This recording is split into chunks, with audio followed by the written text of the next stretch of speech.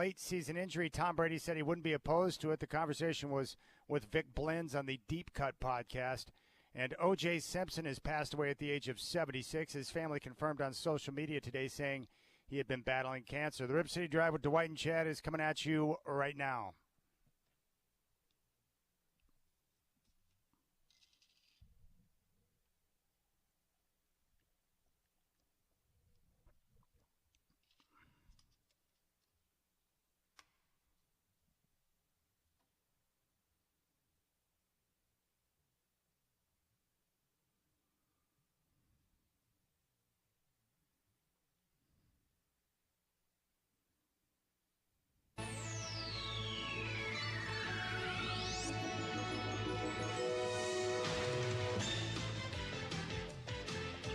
This is the NBA on NBC. The 1994 NBA Finals. Tonight, Game 5. 6:39 remaining in this first half. Knicks by 2.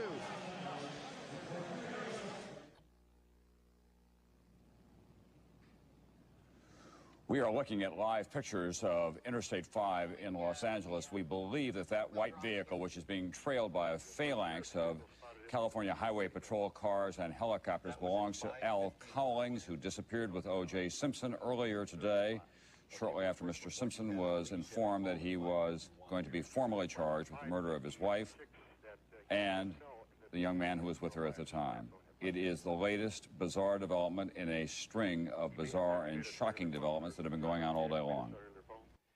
There you go. I'll never forget that day, where I was at, what I was doing, and I would imagine the same as for the Godfather, Dwight Jaynes. We got word today, according to his family, they put out a post that says, on April 10th, our father, Orenthal James Simpson, succumbed to his battle with cancer. He was surrounded by his children and grandchildren.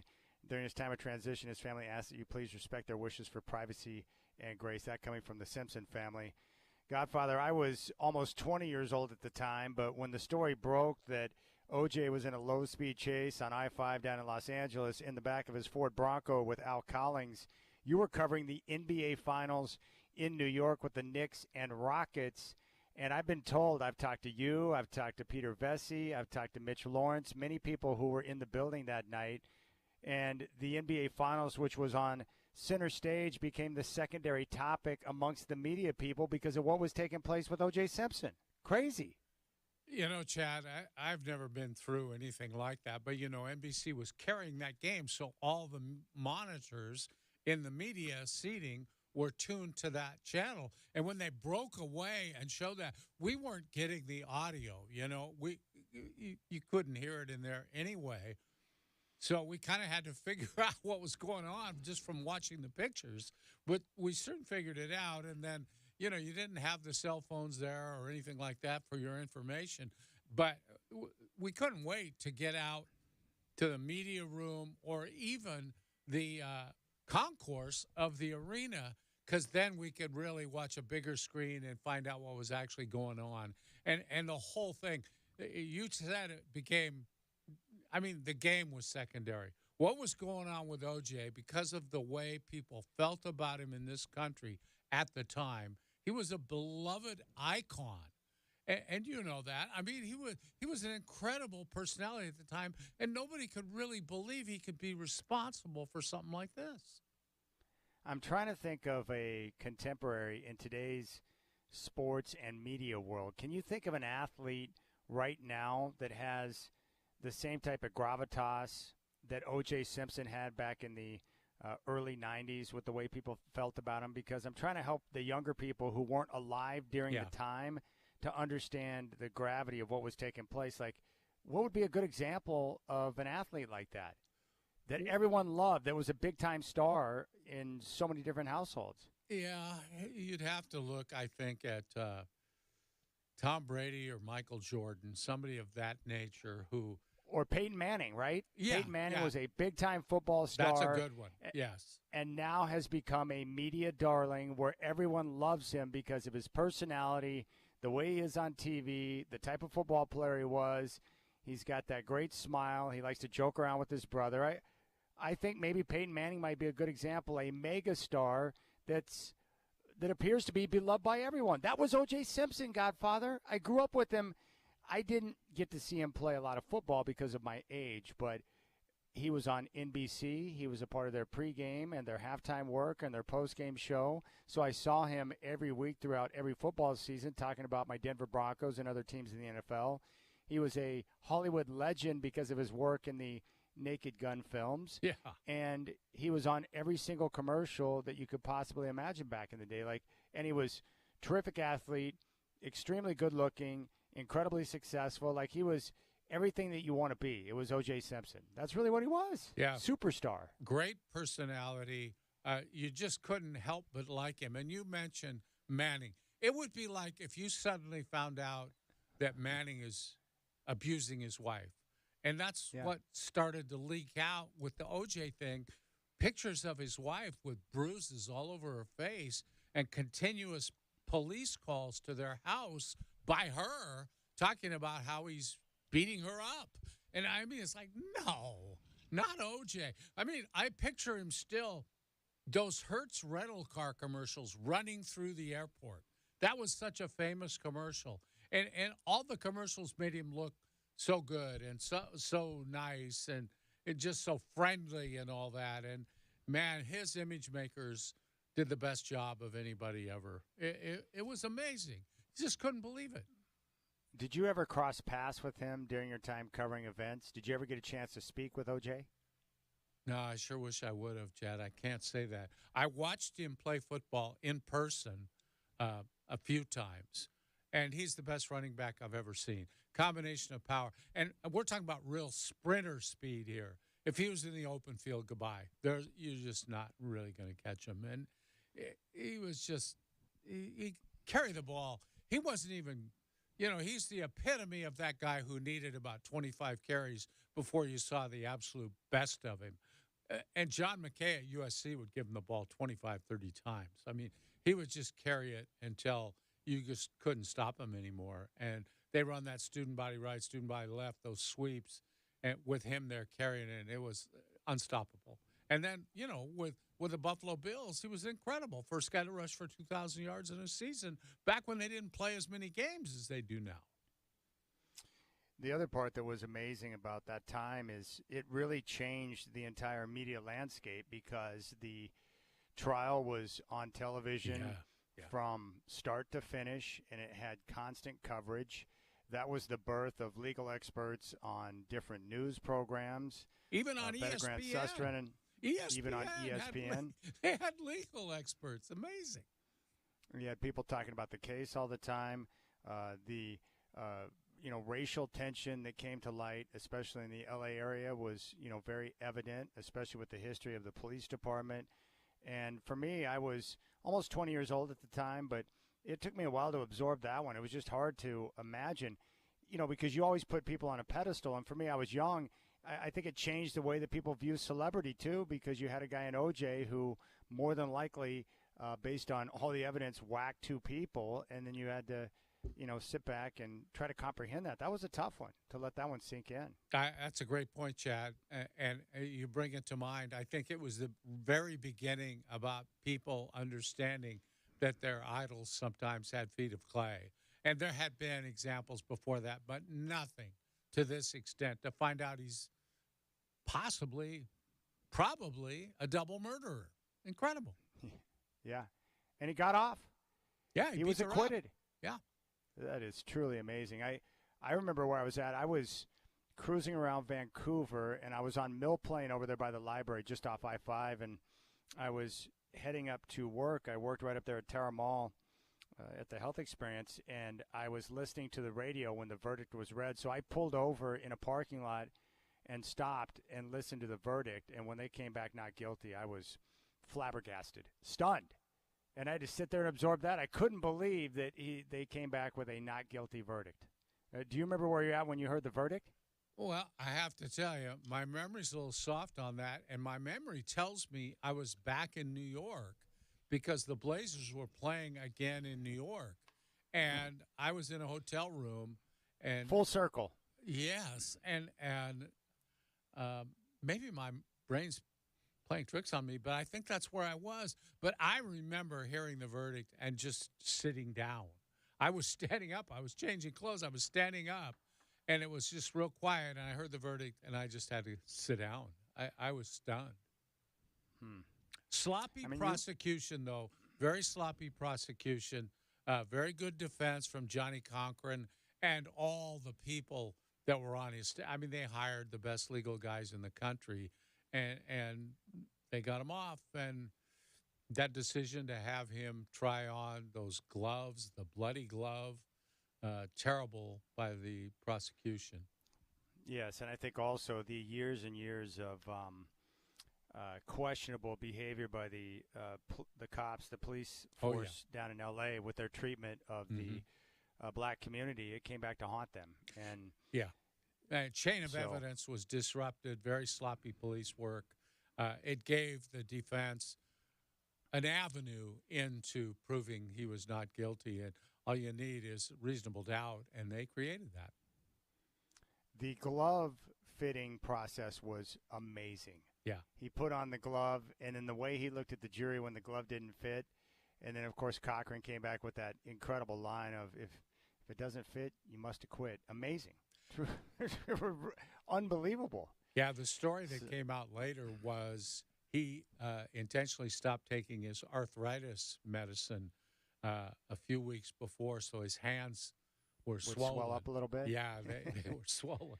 So really, anybody who's had like leather gloves knows, too, over a period of time, they do tend, you get them wet or something, they tend to shrink up a little bit. You know, I've always felt horrible for the Goldman family over the years, especially the father, who is, can you imagine the suffering that he and his family went through over the years, you know, for the most part, seeing O.J. Simpson living his life and not being able to get their hands on the judgment that was awarded to them in civil court.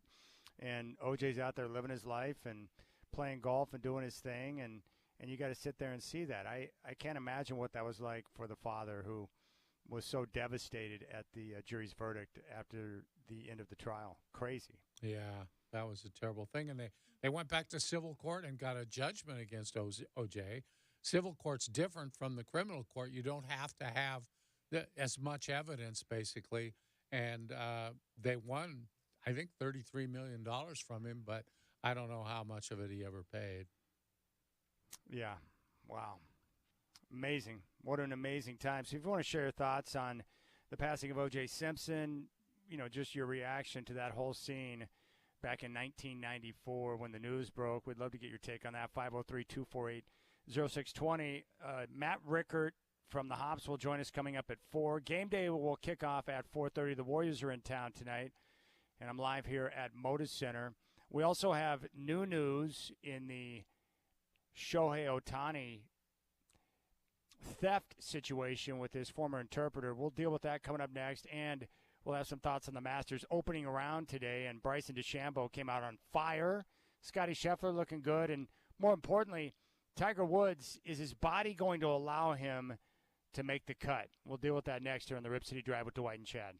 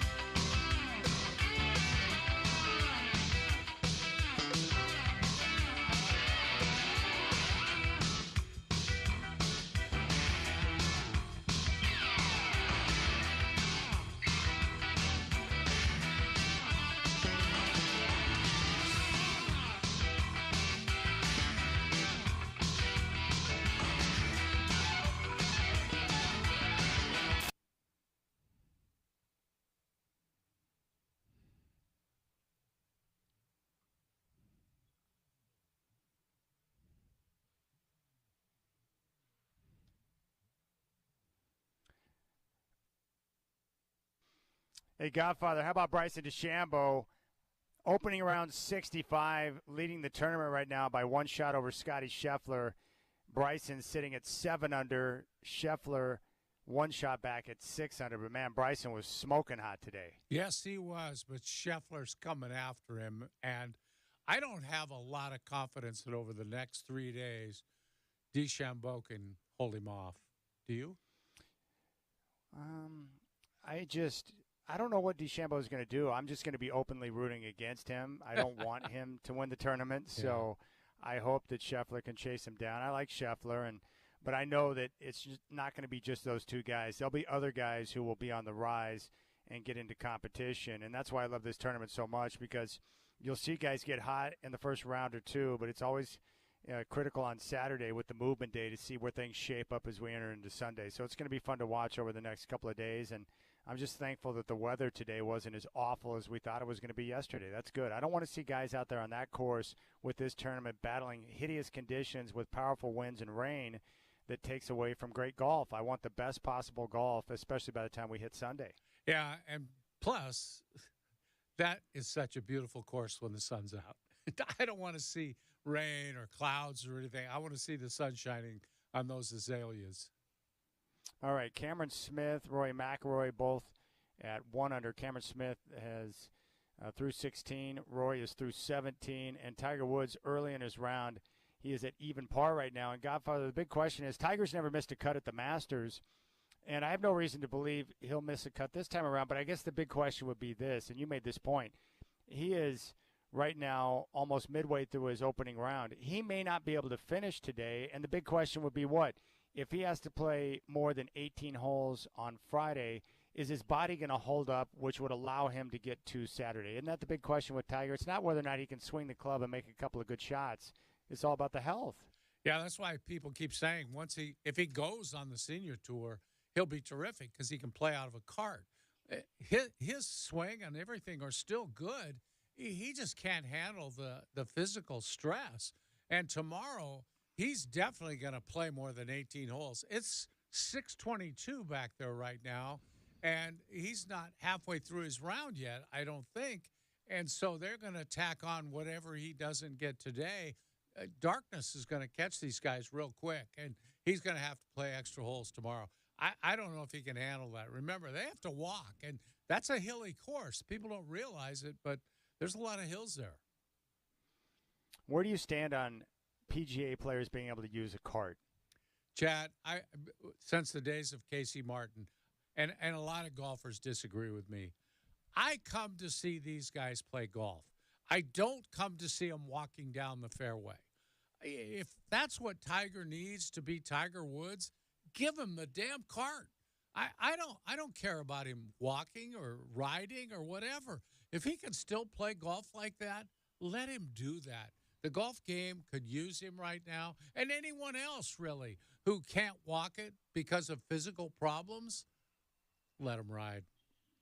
You know what else surprised me? We saw a lot of social media pictures and videos, throughout the course of the week of the players being able to have their kids and their families out there on the course, which I thought was pretty cool. Uh-huh. I just can't believe the members are okay with young kids rolling around Augusta, playing on the grass, running around, getting a chance to putt and stuff like that. I can't believe the members allow that to go down. That surprised me. I'm like, there's got to be members who are bitter about that. You know it because you've got some old curmudgeons out there at your golf course that complain about everything. Yeah, they do that at Augusta. Yeah, I would say for sure that's true. And you have to think, they're so restrictive at Augusta anyway that it's surprising they would even consider letting those little kids out there hacking around with golf clubs. But I think maybe the players, you got to give in to the players once in a while. They might have just won this one. All right, let's talk a little baseball here. We got some developments in the Ippy Mizuhara and Shohei Ohtani situation with the allegations of theft. Right now, Mizuhara is facing charges from the federal authorities for bank fraud, and the original number that came out from ESPN's investigative reporting was $4.5 million.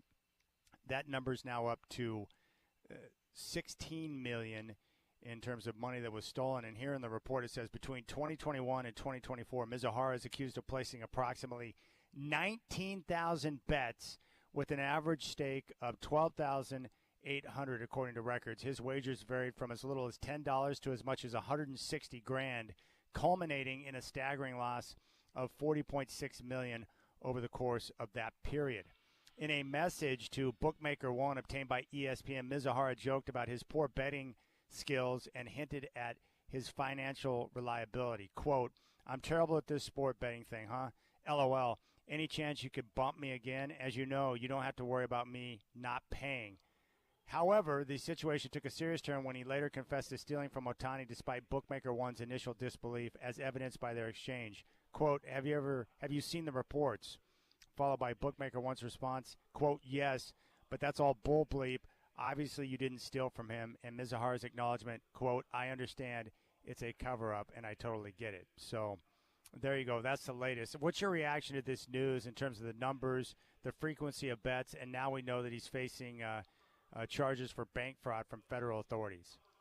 Well, what I saw today, and I've read an awful lot of it so far, I still don't see anything that really clears Ohtani from some level of suspicion, either in covering his interpreter's bets, covering his losses, which is a problem for Ohtani, or just being the guy making the bets. And it's pretty clear that at least the bookmaker thought Ohtani was making the bets, or he would have never been allowed to lose that much. There's also a passage in what was released today. Let me read this to you, Chad.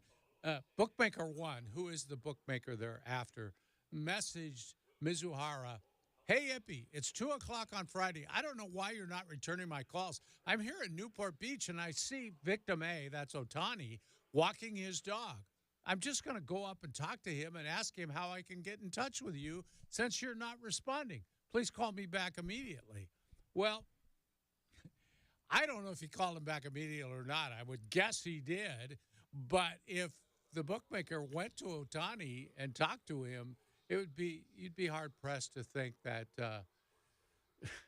Ohtani doesn't at least have knowledge of what's going on. I'm a cynic. I admit it. I'm a cynic. Many, many decades of work in this business have taught me to be a cynic. And I'm very cynical about this because I really don't think the feds are interested in prosecuting Ohtani. And you pointed this out to me a week ago.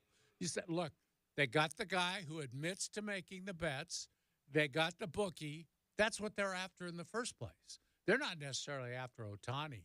I mean, and that one would be a lot harder to prove because he says he didn't do it, and the interpreter says he didn't do it. So try to prove that, it would be almost impossible. So they got what they wanted out of this, and I think that's where it's going to sit. Yeah, the feds aren't worried about Ohtani placing bets. That's not their concern. They want to shut down the illegal bookmaking operation. Ohtani's name just, like a lot of these investigations, Ohtani's name just popped up because the feds raided this bookmaker's house, and then Ohtani, because he's a big name, he gets dragged through the mud a little bit. What about the reports that Mizuhara was impersonating Ohtani and contacting the bank to be able to access his accounts and have access to the funds? Well, Chad, if you're smart and you're trying to cover the fact that you're making bets, that's what you would have him do. I think you wouldn't want to leave any trace of you making that bet. You would want him doing that. You would want the bank thinking it's you, but actually it wasn't.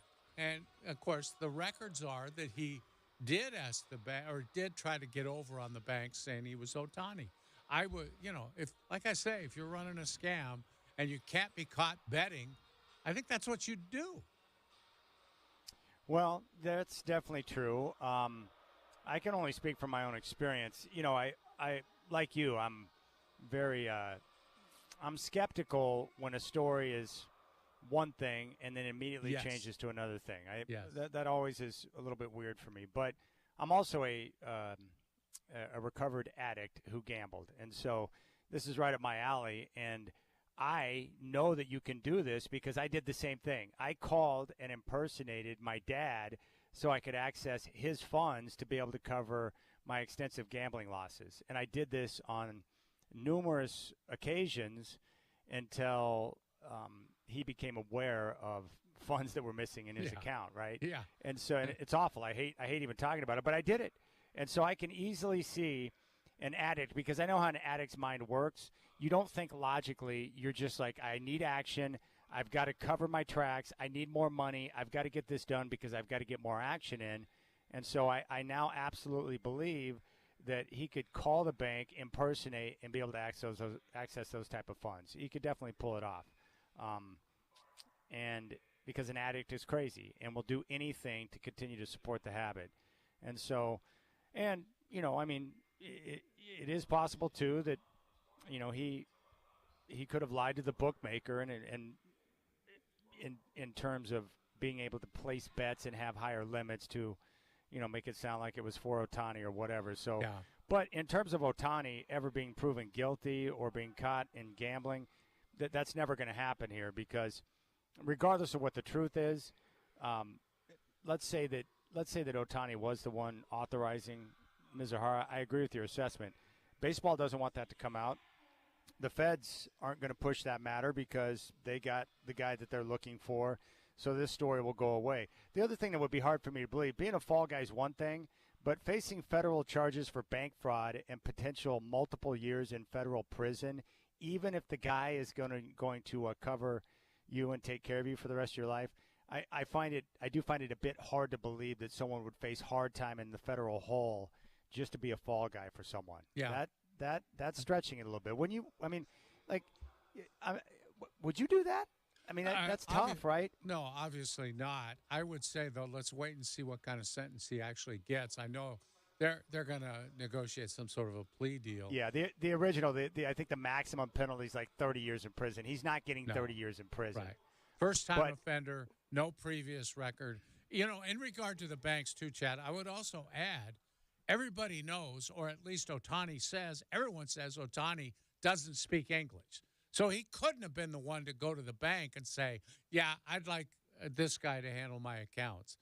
You know, but somehow the interpreter was able to pull that off. Yeah, well, if you're contacting someone at the bank, they may not know if Ohtani speaks English or not. So Well, you they can just obviously pretend did, to be Ohtani. because he got over by speaking English. I'm just saying, I don't think Ohtani could have done that. Yeah, and I'm just saying that I find it hard to believe that, hey man, I need you to, I don't want this to come out. I've been betting. I've been working with this illegal bookmaker. I need you to take the hit for me. You're going to face hard time in federal prison because we're going to accuse you of thieving, many millions of dollars, but I need you to take the hit for me. I just don't know anyone that's that good of a friend. You'd have to be some heck of a friend to be able to face hard time in the federal hole for your boy. Yeah. That's crazy. So, but the problem is I'm tainted now because I'm older, and, you're around enough people that lie, or you see people that manipulate information, or people that use their power to manipulate information, and so then you get stuck in this over-analyzing where you're like, well, I don't know what to believe anymore because I don't know if I trust people. Yeah. Well, that's it's true. It's a vicious cycle. Absolutely. It is. Yeah. We've been lied to plenty, right? By people. Happens all the time. You get lied to, and so you start to, question. I hate it. It goes back to what we were talking about the other day. Ignorance is bliss. I hate having too much information because now I got to question everything that comes in. Well, is that what they really mean? I know they said this, but do they really mean that? What do they really mean by that? You get stuck in that cycle of trying to decipher what the message is because you don't believe the original message. Well, I'm a product of journalism, and in journalism, you want to see proof of everything. You're really schooled not to trust what you hear. You have to understand motives for why people are saying certain things. So, I admit I'm a prisoner of that. I question everybody when they tell me something.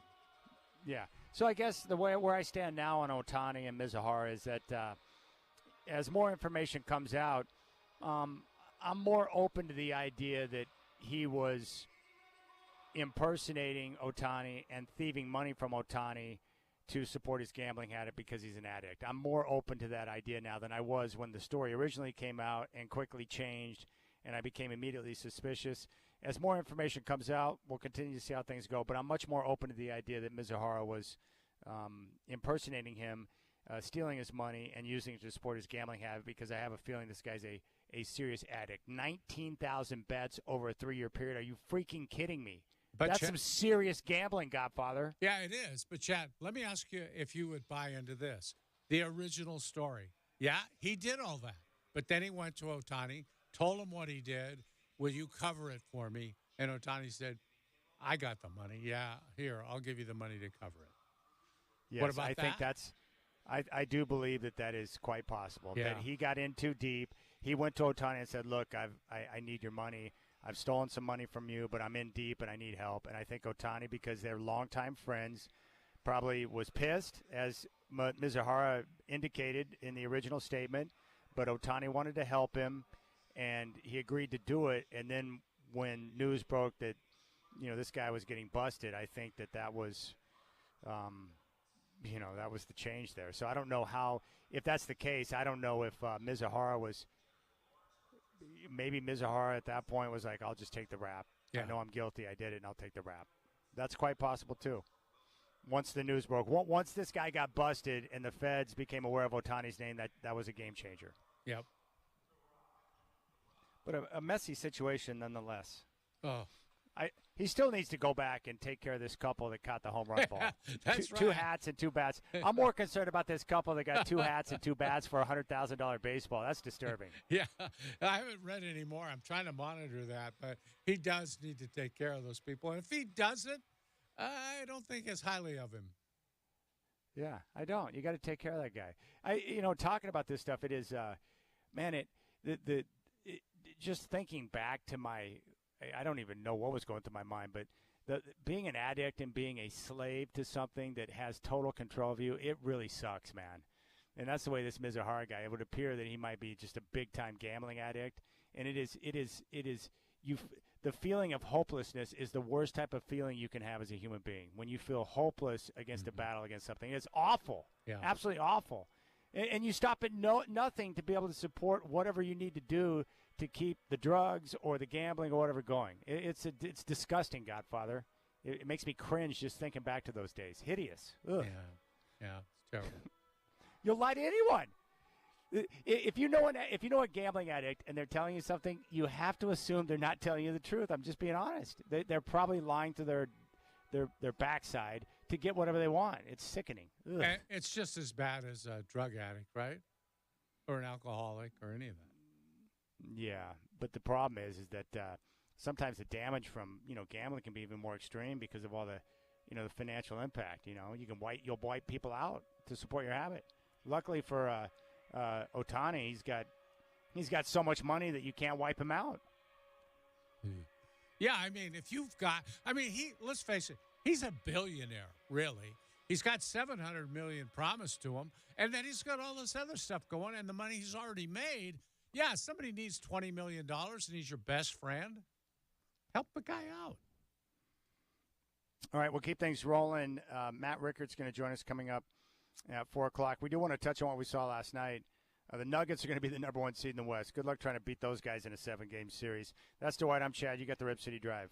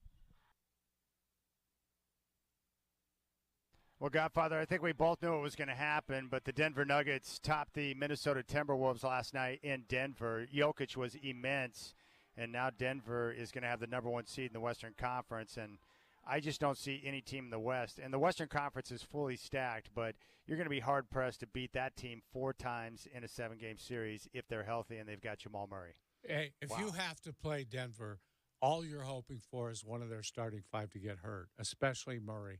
Otherwise, you got no chance. And Henry Abbott said something that was really true. If you're not ahead of Denver going into the last quarter, good luck. You can't beat them. Yeah, Jokic is too good down the stretch of games. And, look, they didn't even try to get the best record in the West because they know they can win on somebody's home floor. It doesn't matter to them. They got it anyway. And they were resting people. They were playing it smart. They haven't peaked yet. I really don't believe they have. But they are so good together. That starting 5 for them is golden.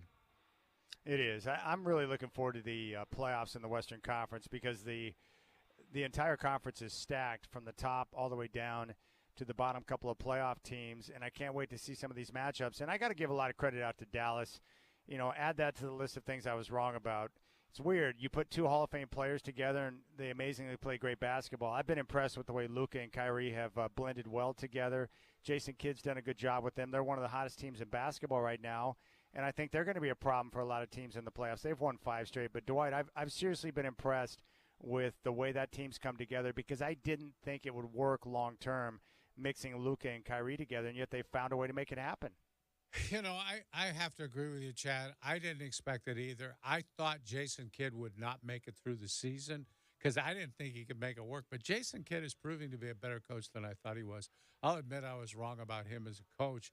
I would also say the surprising thing is they're defending better all of a sudden, and I can't figure that out because that was their Achilles heel from the start of the season is they weren't guarding people very well, particularly Luka. And that's changed a little bit. And they're so good offensively. They don't have to guard great, but they're doing it well enough to win a lot of games. And maybe they're the second best team in the West right now. Do you think? They might be. They might be. Again, it all comes down to Minnesota and Oklahoma City.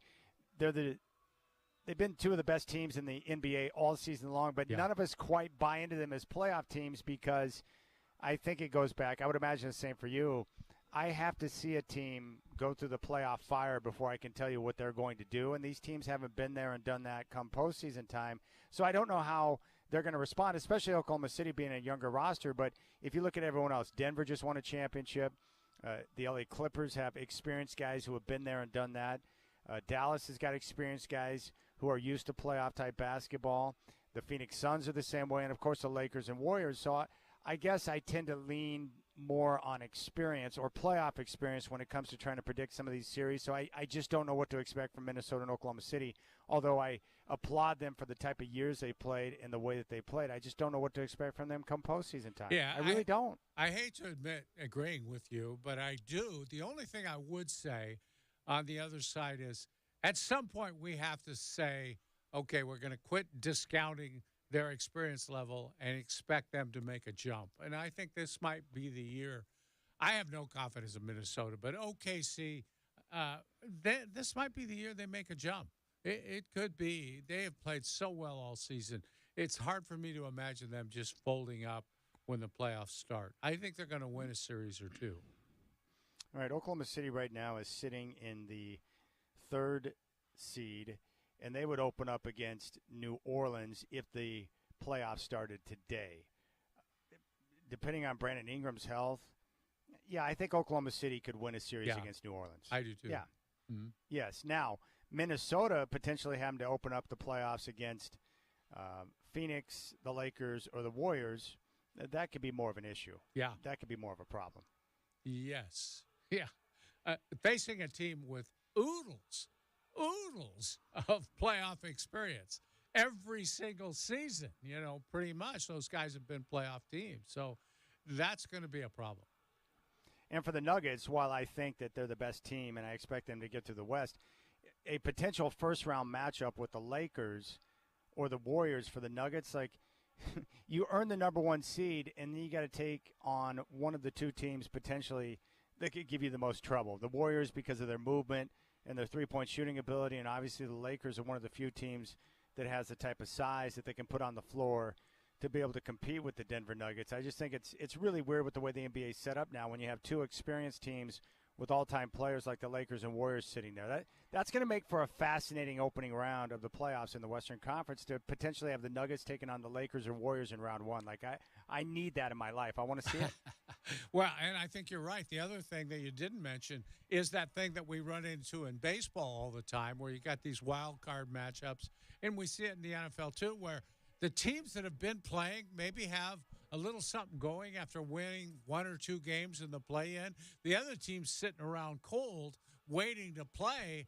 Sometimes it gives you a little bit of a more jumping-off point if you're the 7 or 8 seed going in because you've been playing and you've got it going a little bit. So that's tough for the 1 and 2 seeds. Yeah, I think the one thing that basketball does, or at least with the way the playoffs are set up now, especially when they move the first round series to 7 games, like usually the better team will rise above over the course of a 7-game series. If it was just a 1-game, wild card type scenario, then you'd have a lot more upsets. But normally, like even if a team like Denver got off to a slow start against the Warriors, usually over the course of 7 games, the better team will rise above. Typically, right? Yeah. Usually, yeah. But I remember when those opening round series were 5 games, you'd have upsets. They were a lot more common because you get 1 game on the road, you go back home for 2, and before you know it, you're in a position to possibly win the series. It was a little more wild with the 5-game opening round series before they went to the 7-gamer. Before that, they had what they called the mini series, where there were 3 games. It was a best of 3, and that was brutal, especially if you didn't have the home court. You had 1 home game, and you had to win a game on the other court, and you only had 2 chances to do it. It was tough. Yeah. Now in the East, I mean Boston's pathway. I really think that the injury to Giannis with the calf, Godfather, with that soleus injury, from the latest I read, it's about a 1 to 2 week recovery period. But the problem is once he gets dropped back into a playoff game, the chances of a re-aggravation, I mean that could just destroy the Bucks' hopes of reaching the Eastern Conference Finals. Like if he's not right and he's labored with that calf, that's just a big time problem for Milwaukee. Yeah, but it's a built-in excuse for Doc. I saw that injury, and that didn't look like a minor injury. I mean, he went down, and he had trouble even when they got him up. He had trouble walking with that. I don't see that as a 1-week thing. I believe those things, calf injuries are tough, really tough.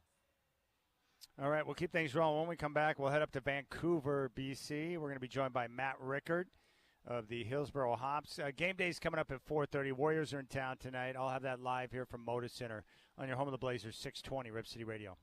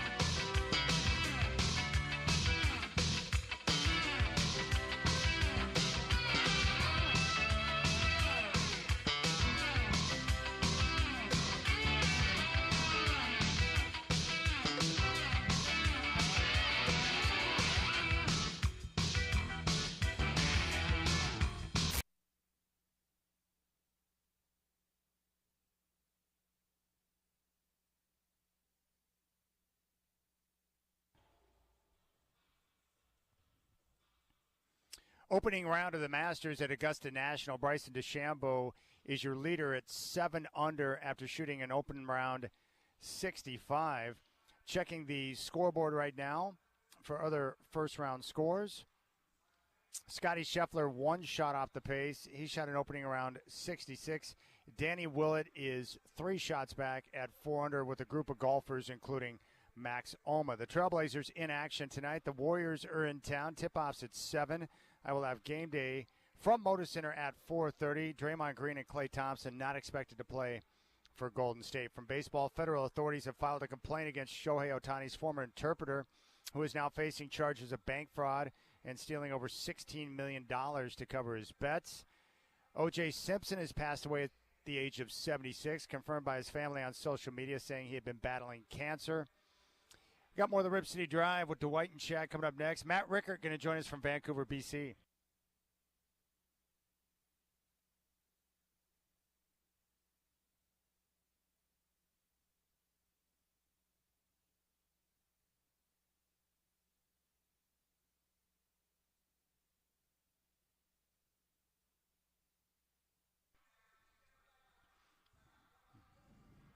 All right, Fan Appreciation Week continues here at Moda Center where the Trailblazers play the first of back-to-back games. The Warriors are in town tonight. Tip-off is at 7. I'll have Game Day live from the Pines here at Moda Center coming up at 4:30. And joining us right now, he is up in Vancouver, BC, voice of the Hillsboro Hops. It's Matt Rickert, who's on the Rip City Drive. Matt, welcome to the show, my friend.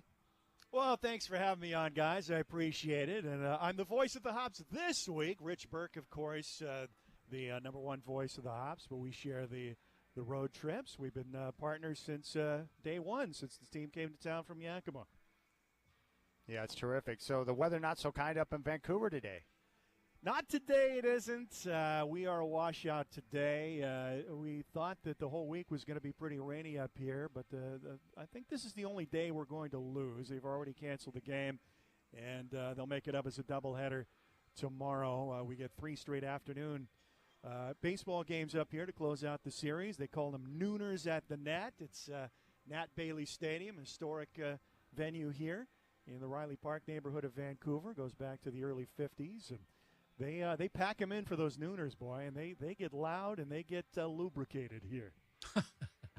Matt, I have to talk to you about your team. We were so excited last week to get out and do a show from out there at the ballpark, and we talked to Tommy Troy, and I know you have last season's number 1, 2, and 3 draft picks on your roster, but you had a little trouble keeping them healthy, huh?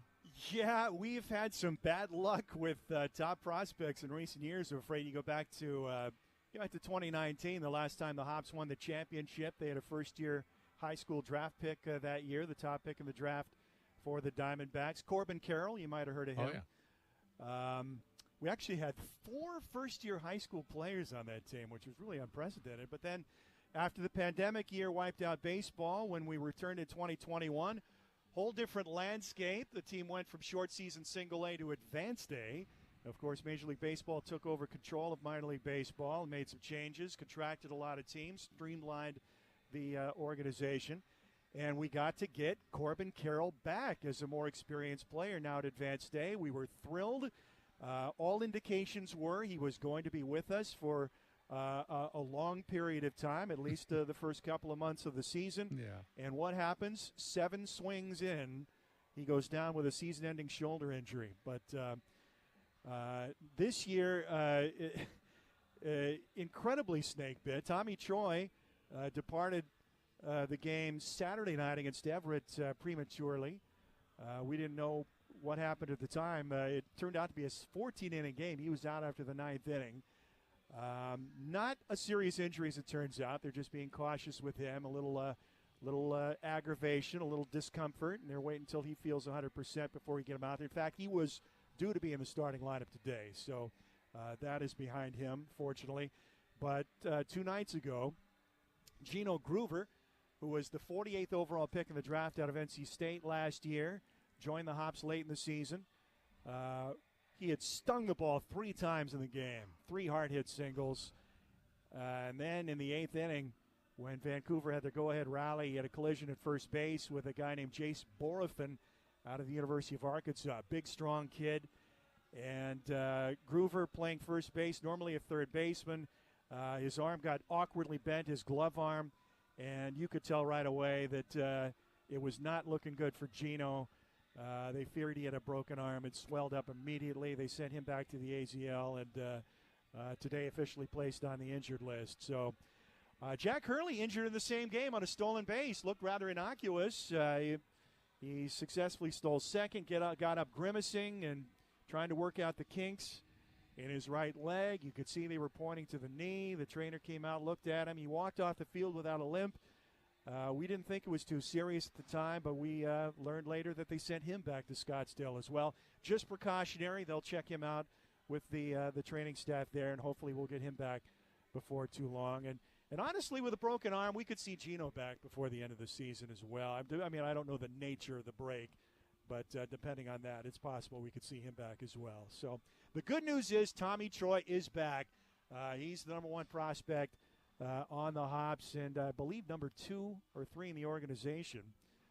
Number one right now is down a level below us. That's Drew Jones, the son of Andrew, and we hope to see him before too long. Matt, Tommy Troy's our guy. We had him on, that day we were out there. Terrific interview. We liked him a lot. But I want to ask you about the pitching, too. It's so important, particularly at your level, I think. It's hard to score a lot of runs every night because you're going to be facing some pretty good pitching at that level. How's the pitching been so far, and what are you looking forward to? Yeah, so far so good. I think the jury's still out on the quality of the pitching staff. We haven't seen all of the starting pitching yet. Good to see Spencer Geesting back last year. He was with us the full ride last season, started 24 games, and was throwing away too many pitches early in the season, left-hander out of Charlotte. But down the stretch, he was brilliant. 5 straight winning decisions to close out the season. He'd cut his pitch count down. He decreased his walk rate significantly down to about the league average, where he was well above that at the beginning of the season.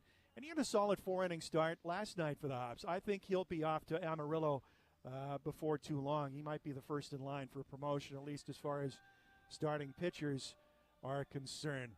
The most interesting name in the lot is Ricardo Yan. He came up to us late last year. Young kid, built like a whip snake. He looks like he could pass for about 16 years old. But he has a low 3/4 arm delivery, not overpowering speed, but everything dances. So he'll throw a sinker with a lot of movement into the right-handers and a slider with a lot of sweep to it. So you really got to be on your toes at the plate when Jan is pitching. And, again, it's a case he needs to be more efficient and keep his pitch counts down and lower his walks. But he has looked brilliant so far. He came up to the Hops late last year, and he's on the opening day roster and looked pretty sharp in his first start of the season. Matt, have you seen enough this season or read enough? And I know you've been covering these guys in this league for a long time. Can you tell yet who's loaded up? Sometimes an organization will load up one of these high A clubs. Can you tell yet who might be loaded up and be a tough opponent? I can't speak with any degree of authority for all of the teams yet. We've already seen Everett, so we've prepped for them, the Seattle Mariners affiliate. They are not as loaded up as they've been in past years. You go back to 2021. Oh, yeah. Opening day at Ron Tonkin Field, Matt Brash was their starting pitcher. Julio Rodriguez was their starting right fielder. Corbin Carroll was starting in center field for us. One of the more memorable opening day games we've had. I think that the memorability factor was trumped Saturday night with that incredible 14-inning game we had against Everett. Now, they don't have a lot of the big prospects. We had Harry Ford last year, the number one prospect in the organization on opening day for them. We're used to seeing the top guys. Not really the case this year. However, you look a level below, and there's all kinds of position player talent that was part of a championship run in the Cal League for the Modesto Nuts last year. And these guys are going to start popping up in Everett very soon. So based on the fact that Everett played in the Northwest League Championship Series last year, losing to this Vancouver team, and based on the fact that their low-A affiliate was the champions in the Cal League, you'd have to look at Everett as the early favorite in the Northwest League this year. Spokane, the Rockies affiliate, they've been getting a ton of prospects through there. They've got the pitcher out of Tennessee. I keep wanting to call him Dollarhide. Chase Dolander, who was dominant in his first start of the season. So you know Spokane's going to have some players. And I'm right now in the process today with our downtime with no game. I'm prepping for the Hops Next Home Series with Tri-City, the Angels affiliate. Angels in the past have tended not to send a lot of their top prospects there. But this team has more top Angels prospects than in a year previously. So we're going to see Walbert Urena, who throws triple-digit heat. He's just 20 years old and one of the top pitching prospects in the Angels organization, among others, for Tri-City when they come to town. Well, All right, Matt. Go ahead, Chad. No, go ahead, Godfather. You got this. Yeah, well, I'm curious, too, about the way you feel overall about your club. You've lost a couple of your top draft picks, but what about what's left? How are they going to fare in this league?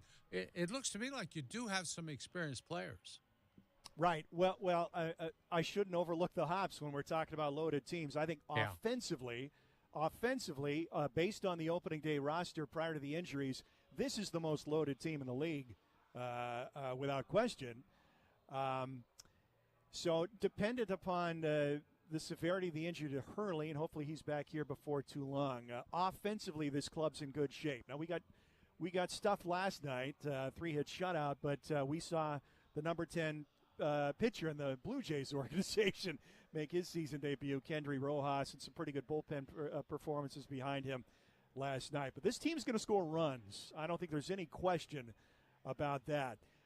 Right now, at least after 5 games played, defensively, this team's looking a little subpar. Way too many errors so far.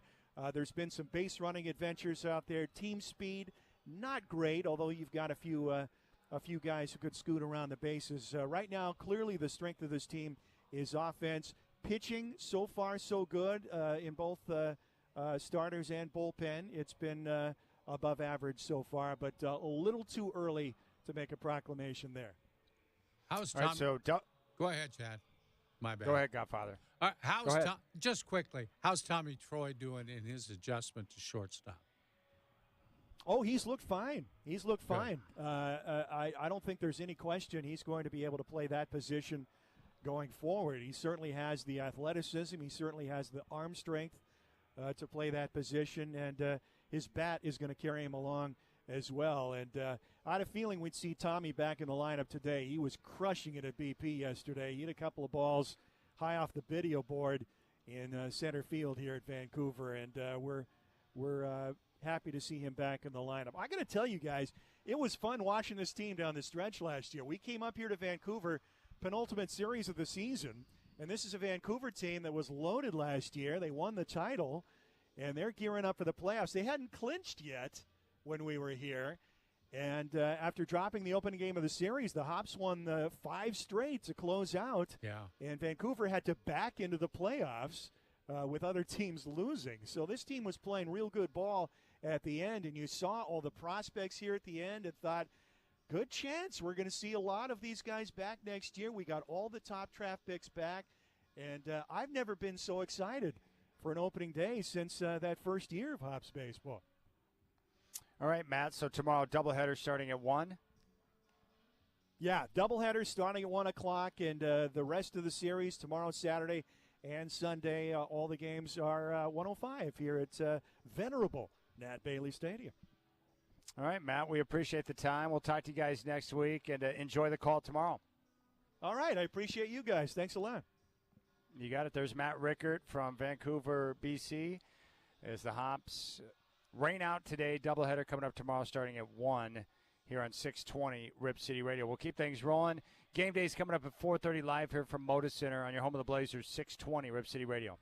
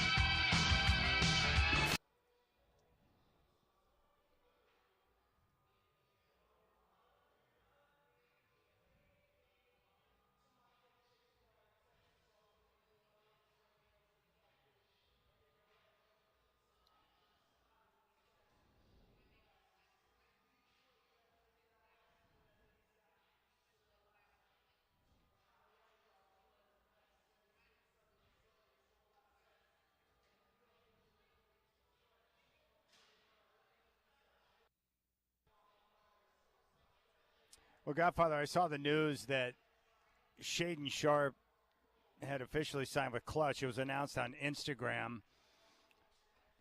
I really don't have an issue with that at all. I mean, Clutch does a great job for their players, and Joe Cronin has proven over the last couple of years to have a good working relationship with Clutch when they've been able to get a few deals done. So do you think there's any significance to this maneuver by Shaden Sharp? No, not really. I do think that they are capable maybe of getting more money for him than maybe some other agencies are. I think they're pretty good negotiators, and they seem to be able to move their players around when they want to. Well, look at what they've done for recent Trailblazers. They got Yusuf Nurkic, that fat extension, which was great. Jeremy Grant got the monster extension last year. I think Malcolm Brogdon is a Clutch client as well, and now Shaden Sharp. So, I mean, like a lot of these GMs, right? I mean, Clutch is a big-time player in the NBA, so it's probably advantageous for most GMs to have a good working relationship with Clutch in their client list, right? Like, that's just good business. Yeah. If you don't, you're in trouble. And for most young players, I can't think of any prominent player. Guys who are drafted by a team and the team wants to keep the player, Shaden Sharp will sign his second deal here in Portland because they can give him more money and more time than any other team. So, it's smart as an NBA player to sign that second deal with your current team because you can get more money and more years from that team than you can from anywhere else. So, I mean, as long as Shaden Sharp continues to develop the way that they believe he will, I can't imagine a scenario in which he won't sign a new deal here in Portland. Can you? No, especially for a player who hasn't really played too much during his first contract. You're going to have to pay him based on speculation, what you think he might be, rather than what he's done. Well, the hard part for me, a lot of people ask me about my take on, different players. With Scoot, I just need to see more. Like, he needs to make a big jump from year one to year two, but I haven't seen enough of him to really get a feel for him yet. I like the reports about his coachability and his willingness to work and those things, which are nice. But with Shaden Sharp, I just haven't seen him play enough to really have a feel for him. I like some of the things I see, but he's in the same boat as Scoot where he needs to be on the floor and playing basketball. And I would imagine for him, maybe not as big as Scoot, but this is a critical offseason for Shaden, too, to continue to work on his development because he's got to make a big jump. And most importantly, both guys have got to be available and healthy so they can play and get a bunch of minutes next year.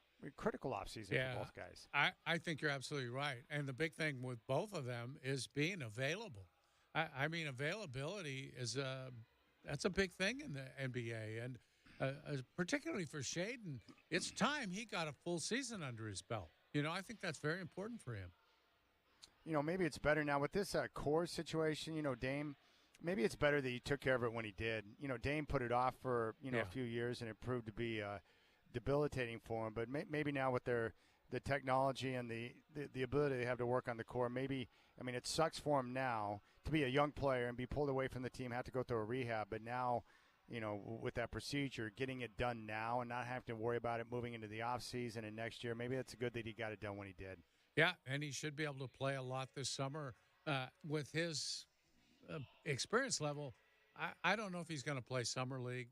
Usually guys that have been around that long don't. But in his case, he needs to play in games. And I would like to see him there playing. I just think he needs game action. Would you send Scoot to Summer League with the injury risk just to get him on the floor and get him a few extra minutes? Absolutely. Absolutely would. I think he has to be there. Would you expect the team to do that? Do you think they'll do that? I do. I think he has to be there. It's very important. It's a developmental thing.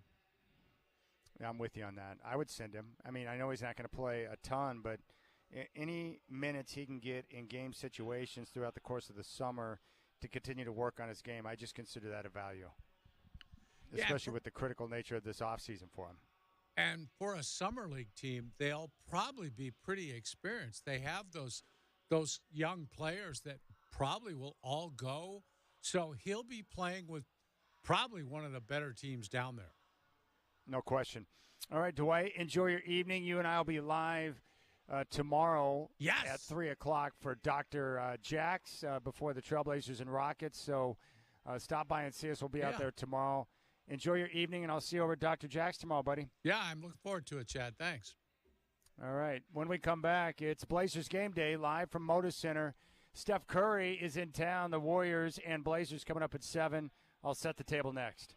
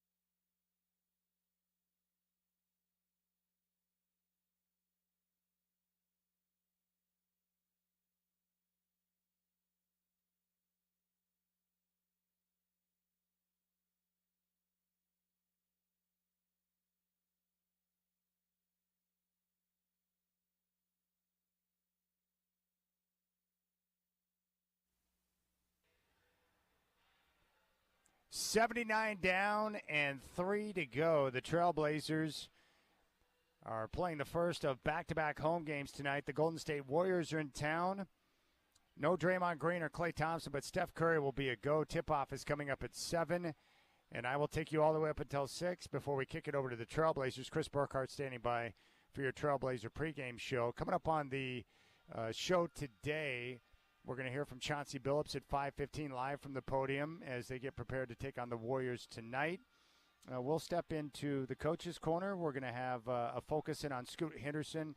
He's played pretty darn well over the last few games, coming off a big performance a couple of nights ago, 19 points and 15 assists. We're also going to hear a conversation with Dave Deckard of BlazersEdge.com, who looked death in the eyes, overcame it, and is still talking Trailblazer basketball. So we'll focus in on the very important upcoming offseason for Joe Cronin and his staff, as the Trailblazers have a lot of decisions to make, plus numerous draft picks, 2 firsts and 2 seconds. So a lot of work to do for your Trailblazers, and a big offseason for Scoot Henderson, Shaden Sharp, and some of the youngsters who have had extensive time on the floor to get a chance to play. But first, I want to go back to the game that we saw against the Pelicans on Tuesday and kind of recap what went down as we get ready for the game tonight. It was another big night for DeAndre Ayton and Scoot Henderson. In fact, Ayton scored 6 of the Trailblazers' first 8 points as Portland built an 8-5 lead, but the Pelicans got 8 straight points from C.J. McCollum, powering an 8-3 run, and they took a 13-11 lead with 6:18 to play in the first. The Trailblazers got a 3 from Scoot Henderson, and then he found some magic with DeAndre Ayton. Henderson will bring it up the top of the key. Now he takes off the lob to Ayton with the power slam. My goodness, D.A., throw it down. Man, oh man, put the seatbelt on the kids. 18-17, Trailblazers with 4:49 remaining. The rest of the quarter was back and forth with New Orleans taking a 28-27 lead. Both teams combined to go 5 of 20 from three-point range. 10 points from Ayton, 7 points and 5 assists from Scoot. C.J. McCollum led all scorers with 12, and the Pelicans scored 9 points off of 6 Trailblazer turnovers in the first. Portland used a 9-2 run spanning from the end of the first quarter into the second. It was finished off by Chris Murray. He's at the Banton far side. He goes left to the free throw line, kicks it to Murray in the corner for 3. Yes! Blazers in front by 4. 32-28, their largest lead of the game. Nobody has led this game by more than 4 points. After that, it was Minaya and Scoot that kept the pressure on for Portland. Scoot on the drive, floats it up, bounces through. Henderson's got 9, and the Blazers lead by 11. Scooter's motor got gas in it. Finds Minaya again, 3 seconds to shoot, a step back 3. It's good. Justin Minaya from downtown, and the Blazers have the largest lead for either team of 7. Here's Alvarado trying to answer back from downtown. Off the mark, long rebound is scooped up by Rupert, gives it to Banton. Blazers on a 12-2 run. Here's Banton on the drive. Switches to the right and banks it in. Blazers lead by 9, 37-28. New Orleans used a 10-2 run to trim the Blazers' lead to 3 at 41-38, but 7 straight Portland points pushed their lead back to double digits at 48-38. The Pelicans responded with a 12-5 run and cut the Trailblazers' lead to 3 at 53-50. Coach Billups called time with 2:03 left in the half. The Trailblazers would take a 55-52 lead into the locker room. DeAndre Ayton led all scorers in the first half with 20 points. Scoot Henderson with a first-half double-double, 12 points and 10 assists. Early in the third, it was Justin Minaya who put the Trailblazers back on top. Murray gives it to Ayton, 18-footer, short. Rebound slips through again, and another offensive rebound. A Murray 3 is good. And the Blazers reclaim the lead, 65-64. But the Pelicans opened the third on a 20-12 run following a three-point play from Trey Murphy. The Pelicans take a 5-point lead at 72-67 with 6:53 left in the third. New Orleans took their biggest lead of the game to that point at 84-75 following another three-point play from Murphy, finishing off a 17-8 run with 2:29 left in the third. New Orleans took an 87-78 lead into the fourth. Blazers outscored 35-23 in the third period. Trey Murphy, 17 points in the third, giving him 29 through 3 quarters. The Trailblazers once again struggle with turnovers, 6 in the third. Pelicans had 24 points off turnovers through the first 3 quarters. Early in the fourth, Chris Murray and Justin Minaya doing their work, and Murray with a big 3. Gives it up to Rupert. Top of the key, lost a handle on it, crosses and goes left, spins, knocked away, gets it back, scoops it to Murray, who puts up an off-balance three and banks it in to beat the shot clock. 89-81. Oops, but we'll take it. That's entertaining. Really was a crazy shot from Murray, but unfortunately, the Pels scored 7 straight points to push their lead to 15 at 96-81, and the Trailblazers struggled to get back in it at that point. They had just 2 field goals through the first 5:27 of the fourth, one of which included DeAndre Ayton in his big night. Ball fake and a drive for Murray. Runs it up at the left end. No good, but Ayton there with a one-hand putback slam. 30 for DA. 12th time in his career that he has scored 30 or more. And there you go, DeAndre Ayton with a big night, 30 points and 13 rebounds. The Pelicans extended their lead out to 19 at 104-85, and they go on to get the victory, and 110-100 in the game. You know, I mentioned the play of Scoot Henderson. Big night for him, 19 points and 15 assists, but he had 8 turnovers, so a bit of a struggle for him at times trying to find his way through. 19 points and 15 assists, but 8 turnovers. The Trailblazers with 23 turnovers on the night, giving up 33 points off of turnovers, and that's continuing to be really a sore subject for Chauncey Billups. Elsewhere, DeAndre Ayton continues to play extremely well. 30 points and 13 rebounds on the night for DeAndre Ayton. He was 15 of 22 from the floor. And I thought the first half was terrific. Scoot Henderson was great with the double-double. DeAndre Ayton was, really engaged and attacking, which was nice. And then we saw the turnovers continue to snowball there in the second half. But I thought there were stretches of the game where both Ayton and Scoot played well, and they played well together. And what I like about Scoot, even though with the 8 turnovers, he showed flashes where he had a couple of nice passes in that first half, setting up Jabari Walker right there at the rim. He also did that with Ayton. We saw a good lob pass to Ayton. So you're starting to see things click for the youngster, and that's a good sign. We want to see more of that from Scoot Henderson, but it's just nice to see him in a position where he's playing better, playing with more confidence, and you can see the game starting to come together for him. Chauncey Billups wasn't too concerned about the turnovers, and I've asked a couple other people that, with young players, especially at that position of point guard, the turnovers are going to be part of the issue. But that's something you clean up with time. But what was nice to see was the passing, the variety of passes from Scoot, the work in the two-man game with DeAndre Ayton. You can see things starting to come together, and that's what I'm going to watch tonight with Scoot Henderson more and more. It's just that activity, especially with DeAndre Ayton and the way that they're able to come together. I want to see that two-man game. And the big question for Ayton, really, it's one thing. How do they keep Ayton engaged next year if he's not the number one option? Part of the great thing for Ayton right now is that he's their best option on the floor. So he's getting the ball, he's getting it in good position, and he's able to go out there and play the way he wants to. So the question is, if he's not the number one option, how do you continue to find ways to get him in the game?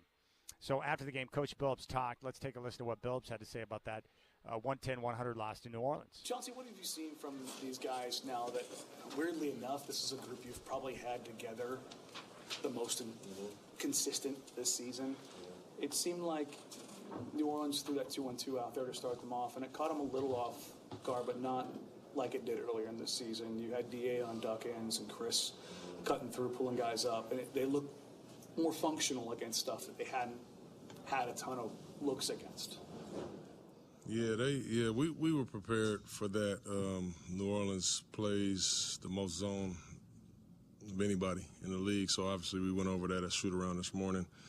I would say to you earlier, a month or so ago, maybe a month and a half ago, I would have to call a kind of quick timeout and draw up where I want them at, the timing of the play.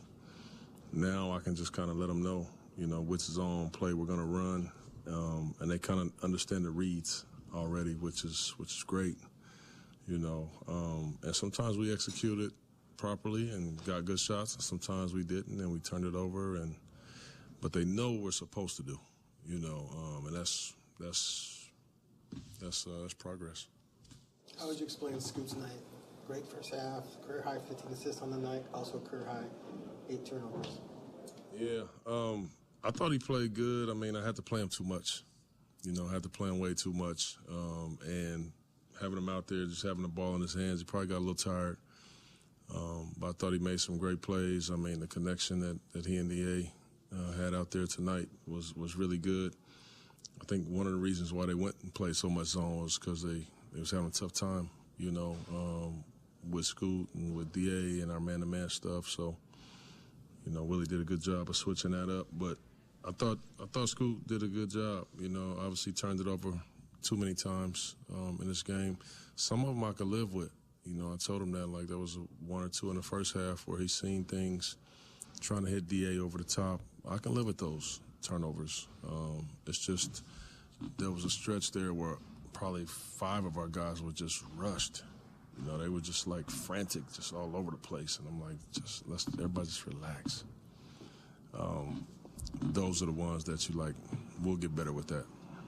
Is it good to kind of get, between tonight and the last few games of the road trip, it's kind of good to see him ending the season on a positive note, given kind of how up and down it's been for him?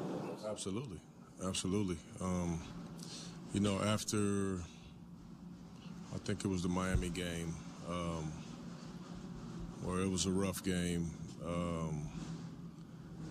I said to myself and my staff, it's really important to me that I got to get Scoot going here. I can't let him end the season like that. We got to get him going. And to his credit, he's always focused and locked in, but he's turned it around pretty quickly, and is playing at a pretty good level right now.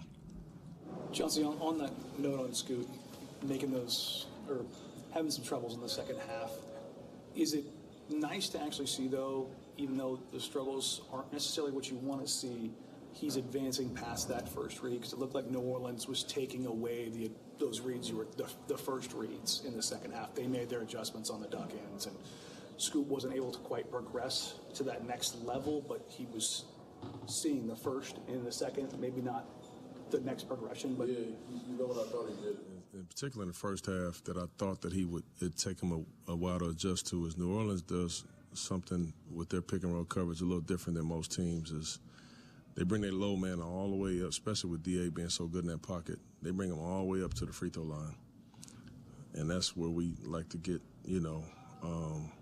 So he did a really good job of adjusting to that coverage quickly. Hit a couple guys in the corner, hit a couple guys on the pull around. I was really happy to see that, and in the second half, obviously, it was a lot of zone stuff, and they was kind of at the level, kind of blitzing the zone reads a little bit. So he struggled a little bit with that, but those are things that 6 and 7 year veterans would struggle with, by the way, not just 19, 20-year-old rookies. There you go. That's Coach Billups. I wanted you to hear that part on Scoot. I think Chauncey, because he's been through that as a point guard, is good at being able to help Scoot manage those type of situations, especially when it comes to the turnovers. But I'm glad that they focused on putting Scoot in a position where he can have some success, because I think finishing the season strong is critical. It's going to be another big night for Scoot. Tomorrow night's going to be big.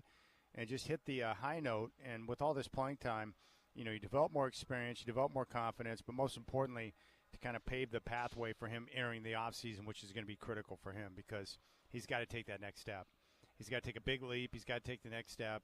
And most importantly, he's got to be available, healthy, and playing big minutes so he can continue to develop, because they need him to hit. They need to cash in on Scoot Henderson. And the last few games have been nice. 19 points, 15 assists in the game against New Orleans on Tuesday. All right, we'll keep things rolling here on Game Day. We'll head to the podium live at 5:15 for Chauncey Billups.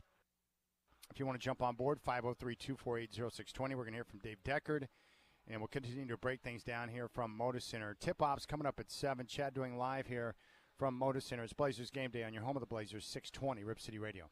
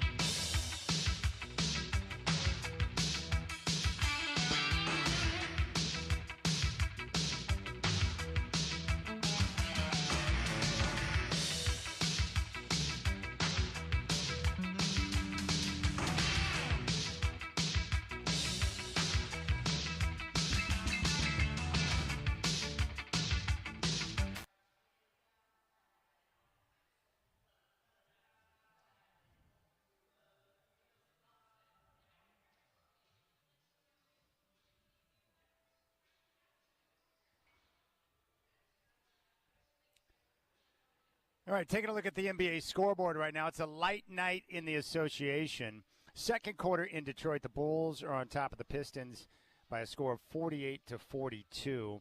First quarter in Boston, Knicks on top of the Celtics, 22-16. Coming up at 6 o'clock in Utah, Rockets and Jazz. Houston favored by 10.5. 7 o'clock tip here at Moda Center. Warriors and Trailblazers. Golden State favored by 13.5.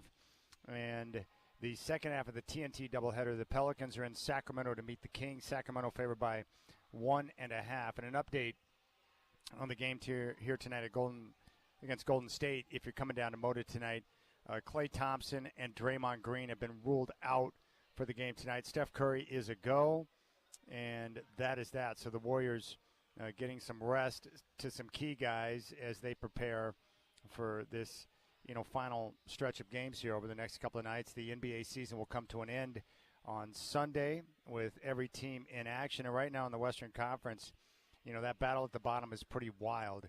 Denver's at top. They beat Minnesota last night, so more than likely the Nuggets will be your number 1 seed. Minnesota right now is tied with Oklahoma City for second. Both teams are at 55 and 25. The Clippers are 5 games back of first place Denver. They're at 51 and 29. 1 game behind them is the Dallas Mavericks, who are 6 games back at 50 and 30. And then New Orleans right now is a half game in front of Phoenix for the 6th spot in the Western Conference playoffs at 47 and 32. Phoenix at 47 and 33. So that battle the rest of the way. Right now, Golden State is 10th.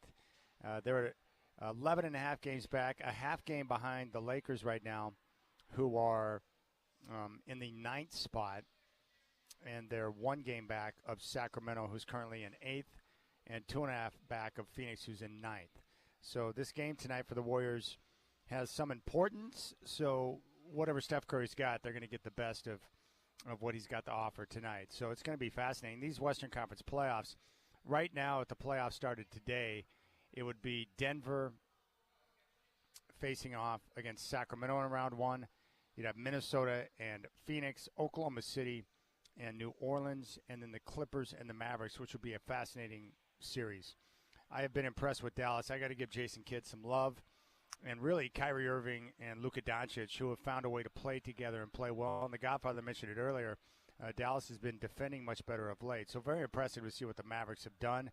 I've been thoroughly pleased with the play of both Minnesota and Oklahoma City throughout the entire season, as they've been right up there with Denver atop the Western Conference. I'm anxious to see how those teams who don't have the playoff experience like Minnesota and Oklahoma City, how they're going to fare against more seasoned veteran teams like the Clippers, the Mavericks, the Suns, or maybe the Lakers or Warriors. Now, if the Lakers or Warriors get in, you could potentially have Denver facing either Golden State or LA in round 1, which is amazing. And you could have Minnesota facing off against one of those other teams as well. So it's going to be great to see how this all plays out down the stretch. The Eastern Conference is very clear. Boston is 13 and a half games in front of Milwaukee, who's in second. The Bucks right now are dealing with an injury to Giannis, who suffered that calf strain. And the big question for them is, how's that going to impact their chances come postseason time? But right now, Boston would face off against Miami in round 1. A fascinating matchup. But the Celtics clearly are the best team. They've got the best record in the NBA. They got home court advantage. So anything short of reaching the NBA Finals would be a major disaster. So I fully expect right now to see Denver and Boston in the NBA Finals. Now, in regards to the game tonight, I was very happy with, some of the youth and what we saw, especially in that first half of the game Tuesday against the Pelicans. But I think the playing time, I always wonder what's the value of, playing, games down the stretch when you're not jockeying for playoff position, when, it's going to be a non-playoff type year. Well, with the injuries that we've seen with the Blazers, a number of young guys have had a chance to step up and get extensive playing time. And I look at a guy like Chris Murray, who played 37 minutes on Tuesday. He's been able to start nearly 30 games in his rookie season. And just look at the growth and development throughout the course of the year for him. Early on in the season, he looked kind of lost, like you would expect from a young guy who has no NBA experience. But look at what he's done over the course of time. He scored 14 points on Tuesday, pulled down 5 rebounds, had 2 assists. He was 4 of 6 from downtown.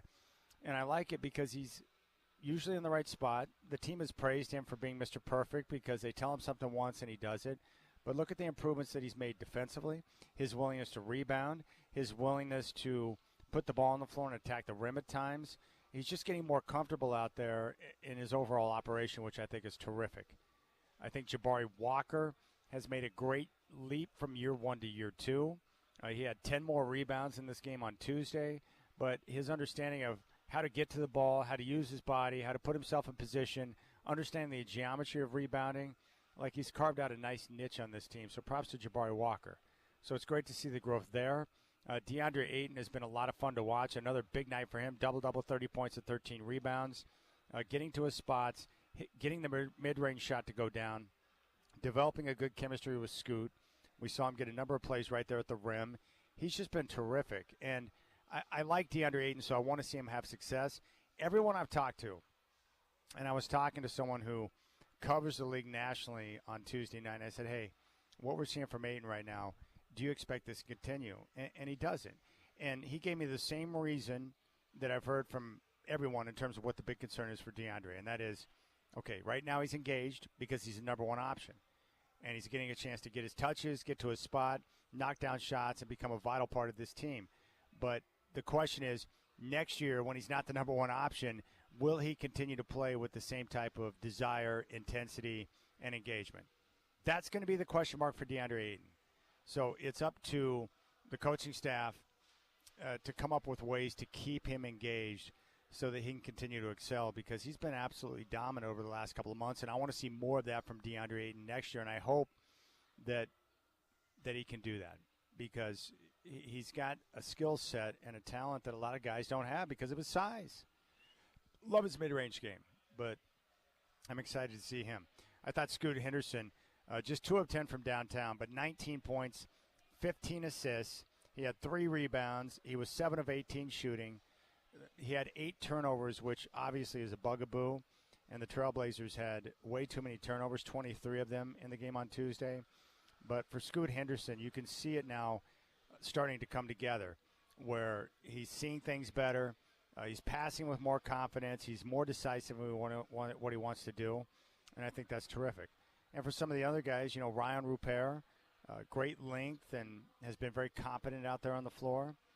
Dwight Reef has been steady throughout the year, and Delano Banton just continues to impress. I don't know exactly what Delano Banton is. I've asked everyone, what is Banton? Is he a guy that's just benefiting from getting a ton of shots and getting big minutes as we, finish out the season, or does he got something there? And I think he's got something. I don't know exactly what that role is, but I'll tell you one thing. If the Blazers going into next season, he's probably the end of a rotation type guy. But if you have injuries and you need someone to step in, he's proven competent to be able to do that. And a lot of times for these guys, he was on Boston, which is just loaded up with talent, right? Especially at the wing position. Sometimes teams have these guys who can play. They just don't get an opportunity to showcase it with the team they're on. And then all of a sudden they get a chance to make a move, a trade happens, and then boom, a guy gets that opportunity. And for Delano Banton, it's been here in Portland. So I think he's a competent basketball player, and I think he's someone that if you need him to play and you need him to take on a certain load, he can handle that. So I'm excited for Banton, because a lot of guys like that in the league who don't get a chance to play and showcase it like he has, they just don't get the opportunity. But for Banton, he's come in right at the deadline, stepped into a tough situation, has had a chance to play, and he's shown a certain aggressiveness. He can shoot the 3 ball a little bit. He's not afraid to put it on the floor and attack the rim and get to the foul line. He's shown an ability to do that, and then also, not too bad in the open floor in transition opportunities. So we're getting a chance to see some of these young guys, play and make the most of their time, but most importantly, get a chance to develop and get better. And that's going to be critical, because now the Trailblazers will enter their offseason, and it's going to be incumbent on some of these guys to continue to play and play well. All right, we'll come back and we'll step into What's the Scoot, and then we're going to head down to the podium at 5:15 and hear from Chauncey Billups in the coach's corner. The tip-off is coming up at 7. Blazers and Warriors here from Moda Center on your home of the Blazers, 620 Rip City Radio.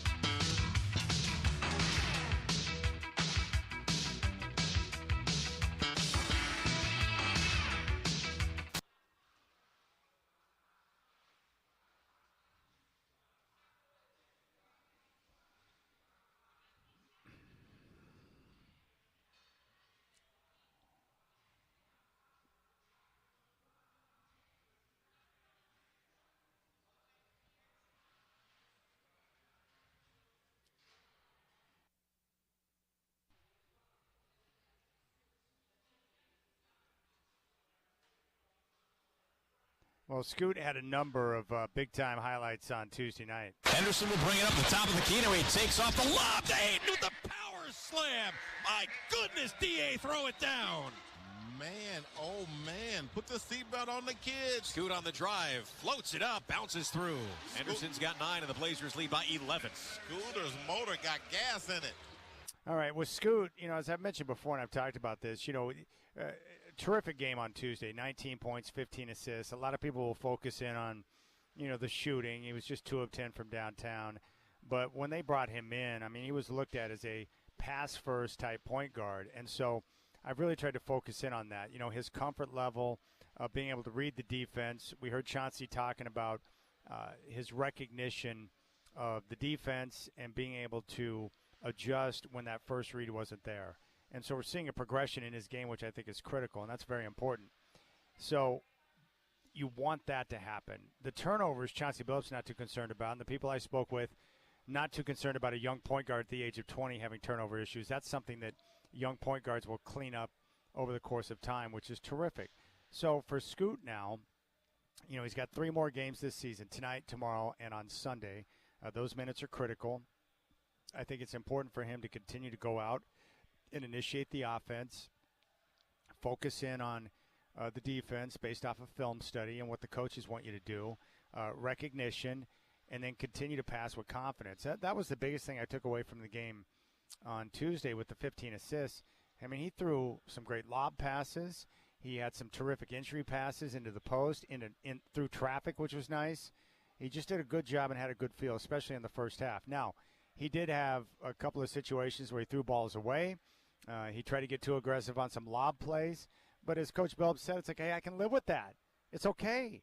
It's okay. You're gonna make a few of those mistakes and errors. You can work through it.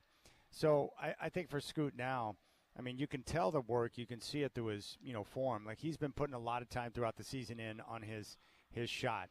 Now it's just a matter of continuing to work on all aspects of his game. And from what I've been told, how this process works, if you don't know, the team, before they send off the players for the summertime to go and do their own thing, they'll come at him and say, hey, we really see you being able to do this. We want you to work on these items. And then they turn the players loose. So Scoot will have basically a prescription from the team in terms of what they would like to see him work on and how they see themselves utilizing him next season. And then it's up to Scoot to, work on that along with other items to continue to develop his game. And for Scoot Henderson, a lot of that's going to come down to, reading and recognizing and understanding defenses and the way they're playing him, what they're trying to take away, getting a better feel for how to operate in the painted area against athletic bigs, knowing when to leave your feet, and then continuing to get better at elevating and finishing around the rim, especially with contact. Now, the one thing he's done a good job of late has been getting to the foul line and making free throw shots and putting the pressure on the defense that way. But now we need to see him continue to operate in the paint with confidence, finish around the rim, absorb the contact, continue to get to the free throw line, and then from there, he can work on his shot and his offense, getting a better touch on the floater or the runner or the teardrop in the lane, having a better understanding of when to leave your feet when you're attacking off the bounce, and just getting a better understanding. And you get that through playing time, through spending time on the court, and then from there you can take your studies to the film, continue to learn how to analyze, and then you work on all of those items with your team throughout the course of the summertime. And then what your hope is as a Trailblazer fan is that when they reconvene next year for camp, that through camp in the preseason that he really hits the ground running so that he's in a prime position to make that major leap from year 1 to year 2.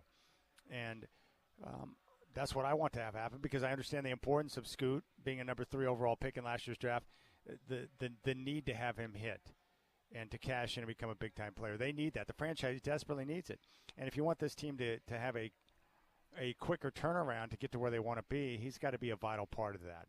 So that's what I'm going to keep an eye on. And, again, what gives me optimism with Scoot, even though this first year has been far from, I think, what the Trailblazers or any of us expected, are the numerous people I have spoken with that praise his work ethic We've heard it from coach. We've heard it from people around the team that his attitude, his approach, his determination, the way he puts time in with the film, the way that he allows coaches to coach him.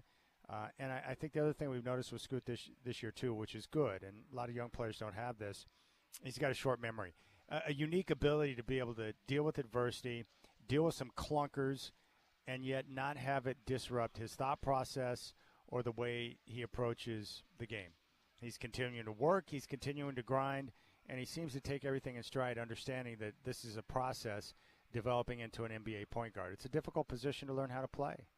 And, you're trying to develop a feel for things. You're trying to get a feel for your teammates. You're trying to understand defenses and the way they attack you. You're adjusting to the speed of the game because you came from the G League. All that stuff mixed in, right? It's tough. But that's where he's at, and that's why it's important for him to make sure that the work this summer is done right, that he doesn't stop exhausting himself to make sure he's on top of it. And then next year what you hope is just to have more continuity. The same starting five would be nice for a while, knowing who's going to be in the lineup, who's not, being on the floor night in and night out with the same guys so you can develop that type of chemistry.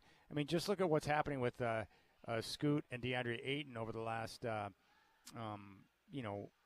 several games just by the basis of being on the floor together. They're starting to develop a chemistry, a connection, a feel, which is great. So that's where I'm at with Scoot. It's a huge offseason, and it's going to require a lot of work, and it's critical for him, for his NBA future, that he takes that next leap, because the Trailblazers will have, over the next year to two, difficult decisions to make about their roster. And that's why it's important for Scoot and for Shaedon to play and be healthy, be available, and showcase what they are and what they can be and what they can do for the franchise. All right, I'm here at Moda Center right now as fans are getting ready to file in for Steph Curry and the Warriors tonight. We'll come back on game day, and when we do, we're going to head down to the podium and hear from Chauncey Billups. Chris Burkhart will have the Trailblazer pregame show at 6. Tip-off is coming up at 7. And I'll be back after the game for the fifth quarter here on your home of the Blazers, 620 Rip City Radio.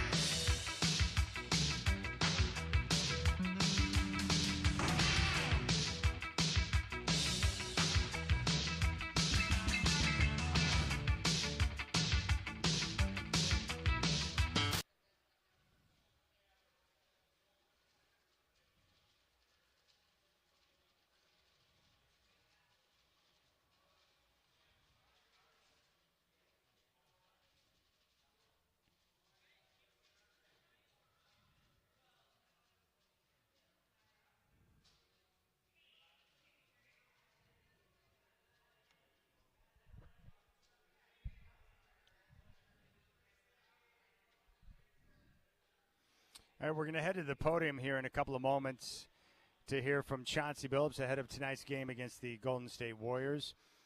Quick update on the Masters.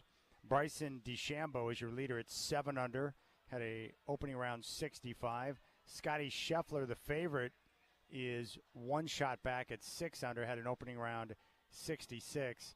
Tiger Woods right now 1 under through 13, and Phil Mickelson shot a 1 over 73. Brooks Koepka, Brian Harman both at even par, along with Jason Day and Xander Schauffele, Justin Thomas, Harris English, and Sergio Garcia also at even par. Cameron Smith, Victor Hovland, Cameron Young all at 1 under along with Tiger Woods. So it's going to be fun to watch the Masters. And I would say, how many things are better than the Masters app that you have access to, where you can follow certain players, you can watch the broadcast. It's truly amazing. And I was just happy to see the weather turn out to be good. You know, we always have scares of poor weather this time of year at the Masters, but it looks like it held up, and the players were able to get out there and play the course. But what a beautiful course it is. And for Tiger, you know, I'm just curious, you know, how is he going to hold up? Is he going to be able to hold up physically to be able to make the cut and push into the weekend rounds, which is what we all want to see, especially with the rest of the big names that are out there, which is terrific. Trailblazers and Warriors coming up tonight. Update on the Golden State Warriors. If you're coming down to the game tonight, Klay Thompson, Draymond Green have both been ruled out of the game tonight, but we'll see plenty of Steph Curry, who's been on an absolute tear. He was on fire in L.A. in that game against the Lakers, so it's going to be fun tonight. And I think a lot of fun for Scoot to be out there on the floor and get a chance to compete against Steph. And, you know, I was listening to that J.J. Redick, LeBron James podcast from a couple days ago, and just listening to LeBron talk about how difficult it is to defend Steph Curry, and how if you get caught watching the ball, which is what you're taught to do, but you do it against the Warriors, you get killed because Steph Curry's always on the move.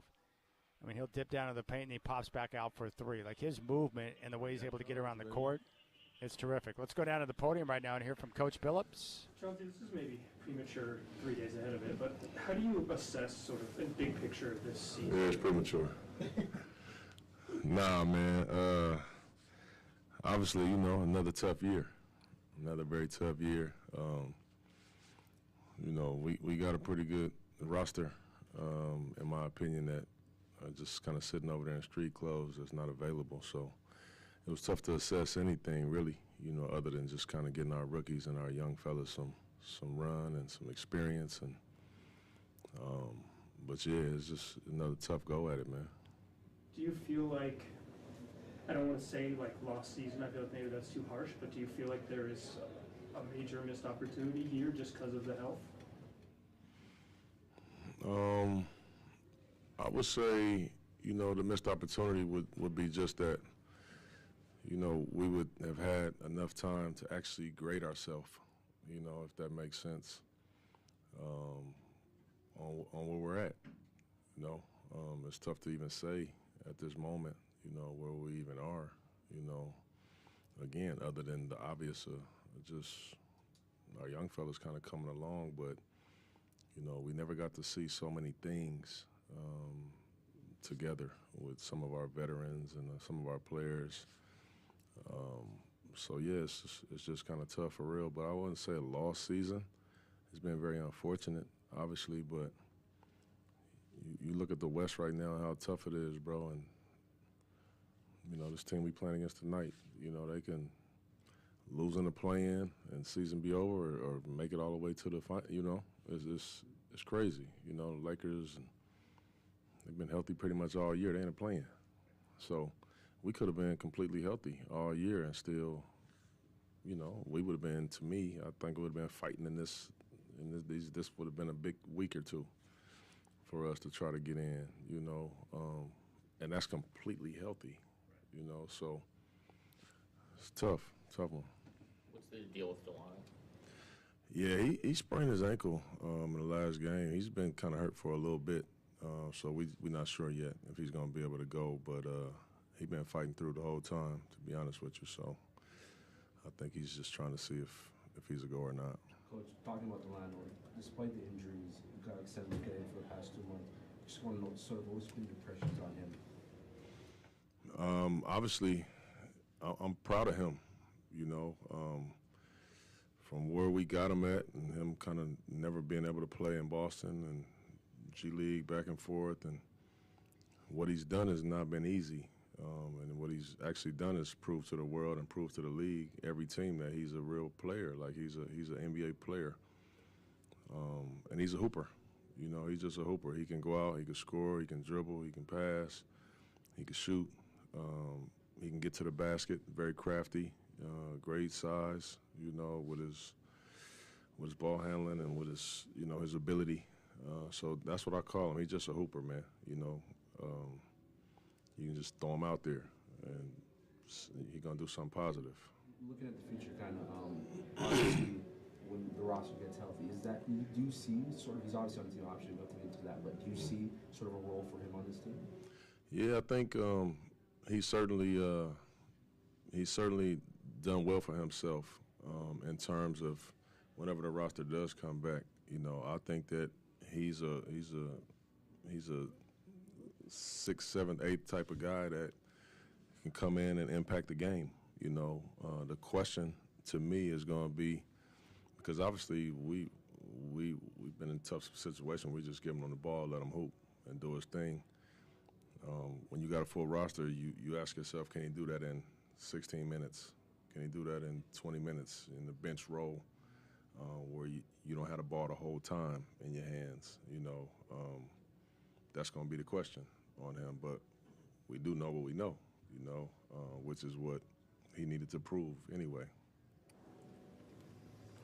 Chauncey, do you feel like stylistically you've been able to forge more of an identity over the last couple of weeks just because you have a little bit more continuity with guys?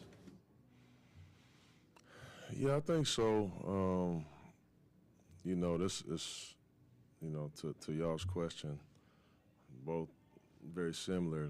Like, these units that we've been playing with has been my most consistent units that I've been able to play with is the youngins. And I think anybody that's been around here and know since I've been here, I'm big on just being competitive and competing, and sharing the ball, playing the right way, and making things tough on your opponents.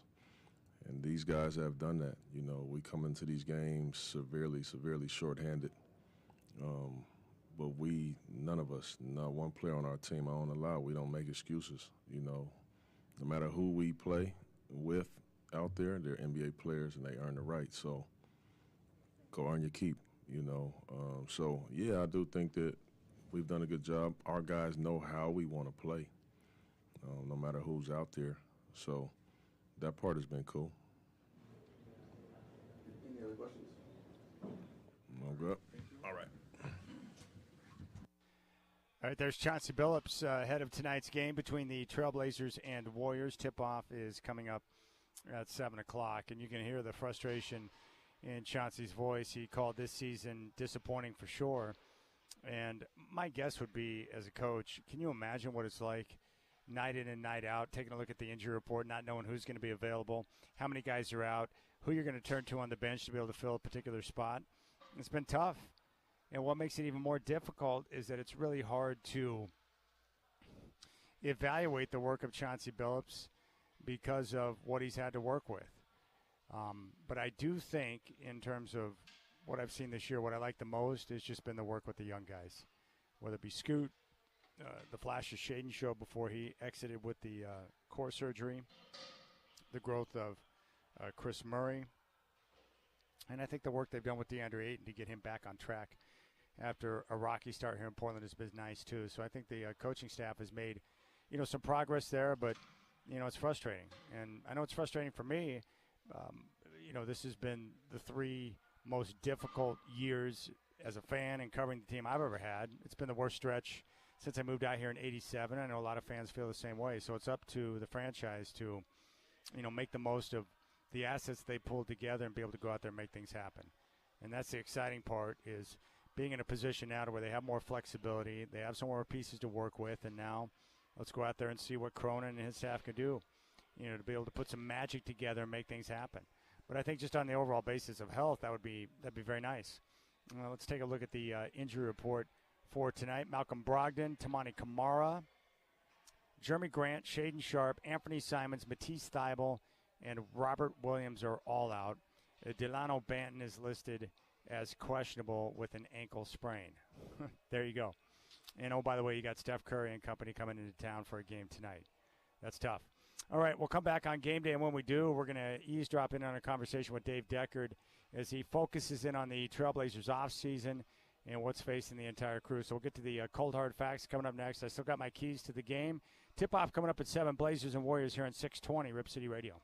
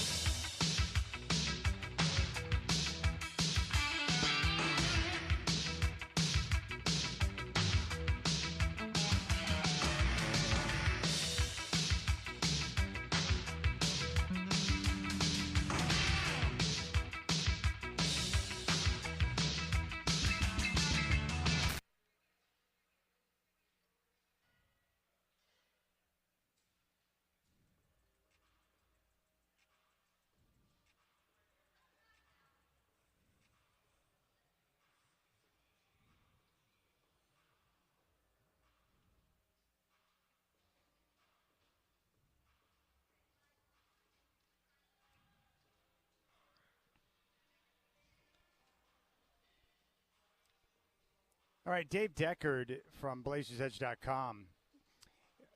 We're going to eavesdrop in on a conversation I had with him yesterday.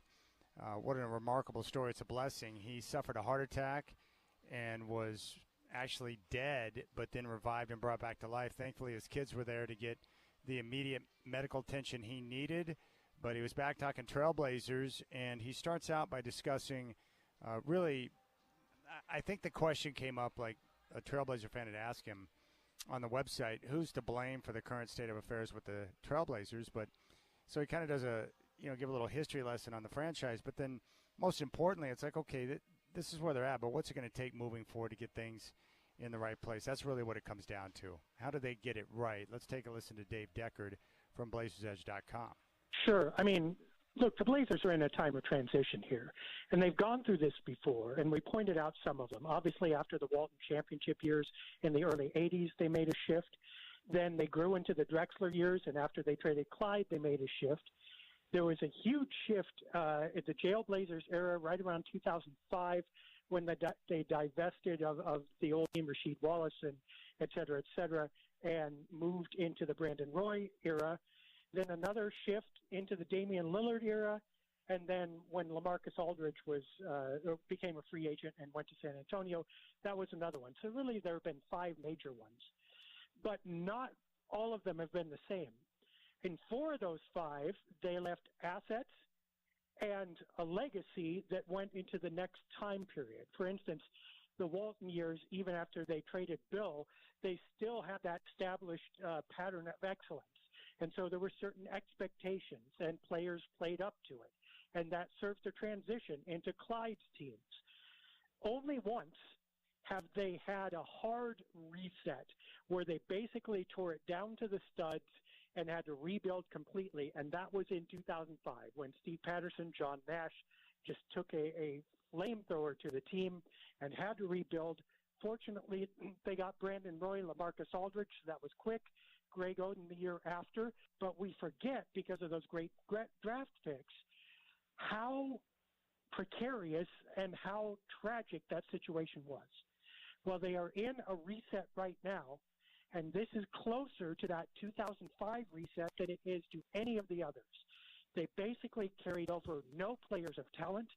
They basically carried over no legacy and no culture. They had wrapped up everything into Damian Lillard, put all their eggs into that basket, cruised by for the better part of a decade saying, hey, we've got Dame, aren't we great? And then when he was gone, there was nothing left. So Joe Cronin and company have had to spend the last 2 years tearing everything down to the studs again, and we're just seeing them start to rebuild now. And my argument was that this is the first year, and Scoot Henderson drafting him was the first moment where we can start to really judge them and hold them accountable for what's gone on. Up to now, it's been environment, and it's been a decade of coming of momentum that was unavoidable. Right now, from this point on, we can hold them accountable for what is happening and whether they are growing or not. All right, Dave, let me talk about tearing it down to the studs. Do you think with the deals they made to divest themselves of the talent that was on hand, do you think those things came out as well as they should, or do you think they could have gotten more? It depends on how you look at it. On paper, they did all right. I mean, Jeremy Grant obviously was a transition acquisition. He's not quite what you're talking about, but they did pretty well there. They've gotten some nice draft picks. Some of them won't come due till 2028 and 2029, but I don't think the Milwaukee Bucks are going to be very good in those years. So I think they've done well there. And they've kept their own and restocked their own draft picks. That was also a major priority. They've done all right. So on paper, this looks pretty good. But the problem is paper doesn't play. And right now, this year, it's been pretty miserable because Scoot Henderson was not NBA ready, and because they ended up with some what you'd call decent parts that didn't fit together, and a whole bunch of young players that they're speculating on. And when you put that product on the court, it doesn't look very good. I don't think we're going to be able to answer your question definitively for another couple years. I think maybe they could have done some better parts for right now that looked marginally better, but it's hard for me to envision them having put together a playoff team based on what they were trading away, let alone a team that was going to grow into the future. So I'm of the opinion that actually they did okay for what they were dealt and what they were trying to build toward, but we're going to have to suffer through a couple years of not looking okay before we can figure out how good they actually did. Kind of along those same lines, I've been hearing a lot of people when I'm talking about the Blazers, a lot of people are asking me what I think about the coach Billups, and a lot of people not thinking that he's the right fit. Like, because of what you were just saying and because of all the injuries, do we even know that? I mean, when can we say this is not the right guy? First of all, Kevin, you got a radio voice, and I would kill for it, so very good. Second of all, look, we didn't know anything about Coach Billups when he was hired on a 5-year contract 4 years ago. That question has not been answered. The question is why. One could say he hasn't been given the right cards to play, and that is somewhat true. He got a couple years of Damian Lillard, but not much building around him. He didn't have time to fit people together to implement a real solid system, let alone to build a legacy. Fair enough. But I don't know about you, but I don't know much about him at all from what I've seen. I haven't seen a coherent system. I haven't seen a lot of execution. I've seen a lot of pick and rolls. I've seen a lot of young guys trying on defense but not connecting together. It looks like an inexperienced coach with an inexperienced team. The question is, how long? We're 4 years in now. How long does he get to prove himself before you say, you know what, this is not the G League. This is not learning time. This is a professional NBA team that deserves a professional NBA coach. And Coach Billups may be one now. He may be one day. But either way, it appears that he's over his head with the cards he's been dealt and cannot play them into a coherent hand, which may argue that it is time to replace him for someone who can. Dave, I'm curious what you think. I look at what's ahead and say they have so many critical decisions ahead. They have tradable players on their team. They have opportunity. They'll have opportunities to trade them for solid young players or picks. I have the feeling they're looking more now for young players who could be a part of the future than necessarily the draft picks. Do you feel like this is a time where it's got to be pretty mistake-free? They can't have too many missteps from now on. Yeah, you said a couple interesting things there. Number one is it is a critical time, but it's not necessarily critical, I think, that they get players who can perform right now.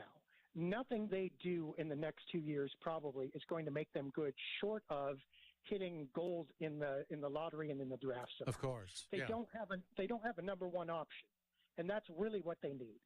Until they get that number one option, they need to spin their talent into exactly what you've said, young players especially, probably some draft picks if they can't get young players, but they've got to spin their veterans into players who will be active when they do hit gold or when they do get their franchise keystone. So I do believe that it is critical to make moves in the next couple of years.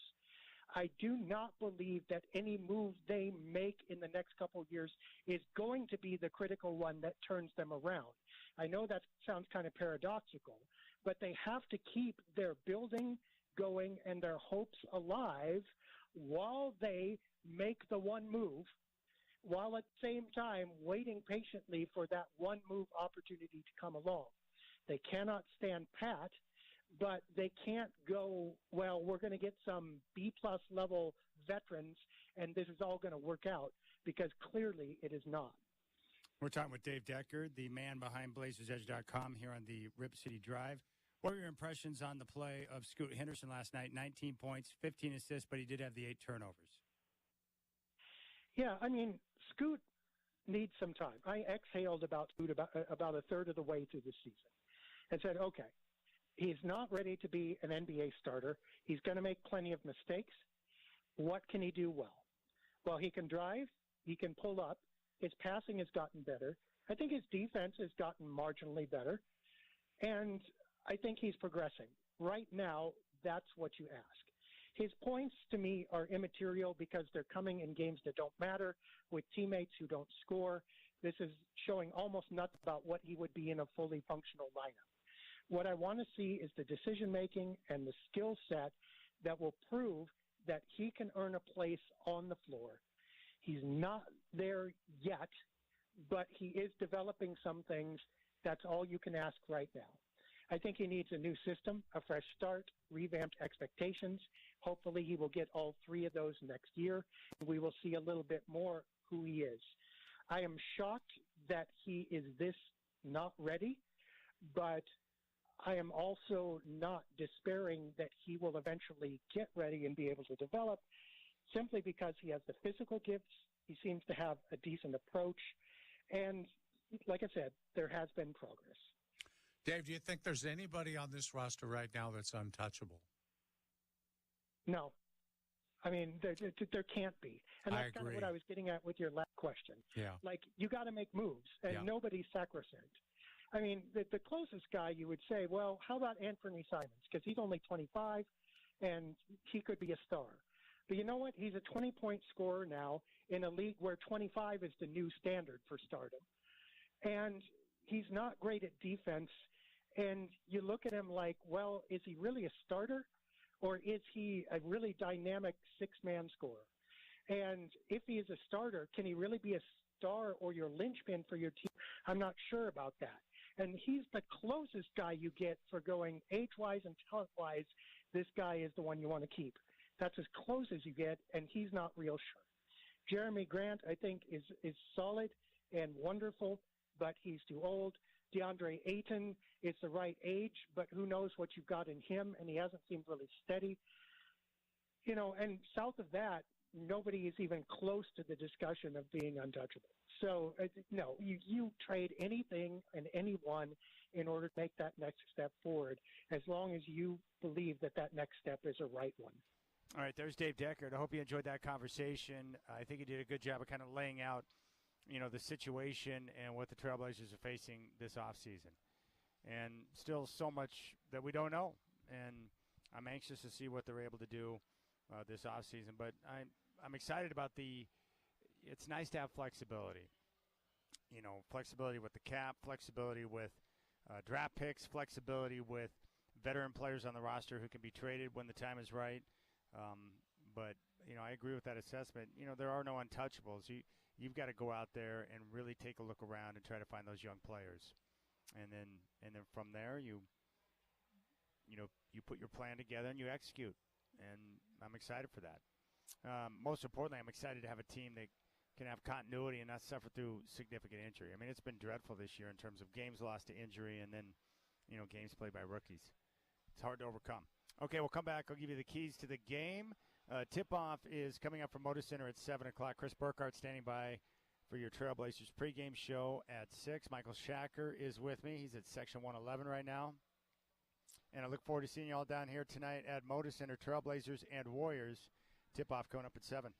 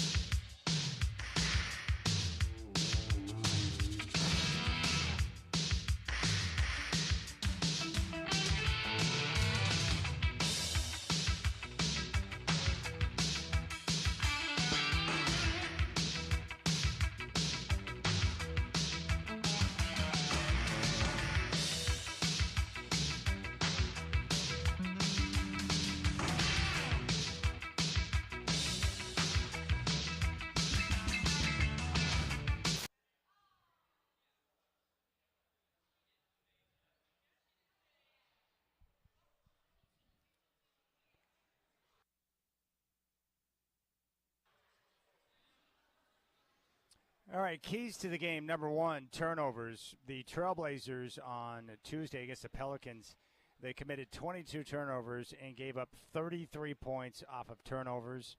It's ridiculous. You got to be better than that. The Pelicans were plus 18 in points off turnovers in the game on Tuesday, and it's pretty simple against the Warriors with the way they play, with their pace and their ability to get up and down. If you turn it over and you give them a chance to get out and run and give them easy buckets, you're not going to have a chance to compete in the ball game. So the Blazers have got to be more mindful with their ball security. That's going to be critical. Now, on top of that, you better pay attention to the three-point line and contesting the three-point line, because the Warriors, they can murder you from distance. And in that game against the Lakers they played on Tuesday down at Crypto.com Arena, the Warriors won the game by 14, 134 to 120. And in the game, the Warriors were 26 of 41 from downtown. Let me repeat that. 26 of 41 from downtown for 63.4%. That's an insane number. They shot 58% from the field as a team. They were 63% from downtown. Draymond Green, who's not playing tonight, 5 of 7. Wiggins, 3 of 5. Steph Curry, a perfect 6 of 6. And Klay Thompson, 5 of 10. Not to mention everyone else off the bench who contributed. Chris Paul, 1 of 4. Kuminga, 1 of 3. Gary Payton II was 2 of 3.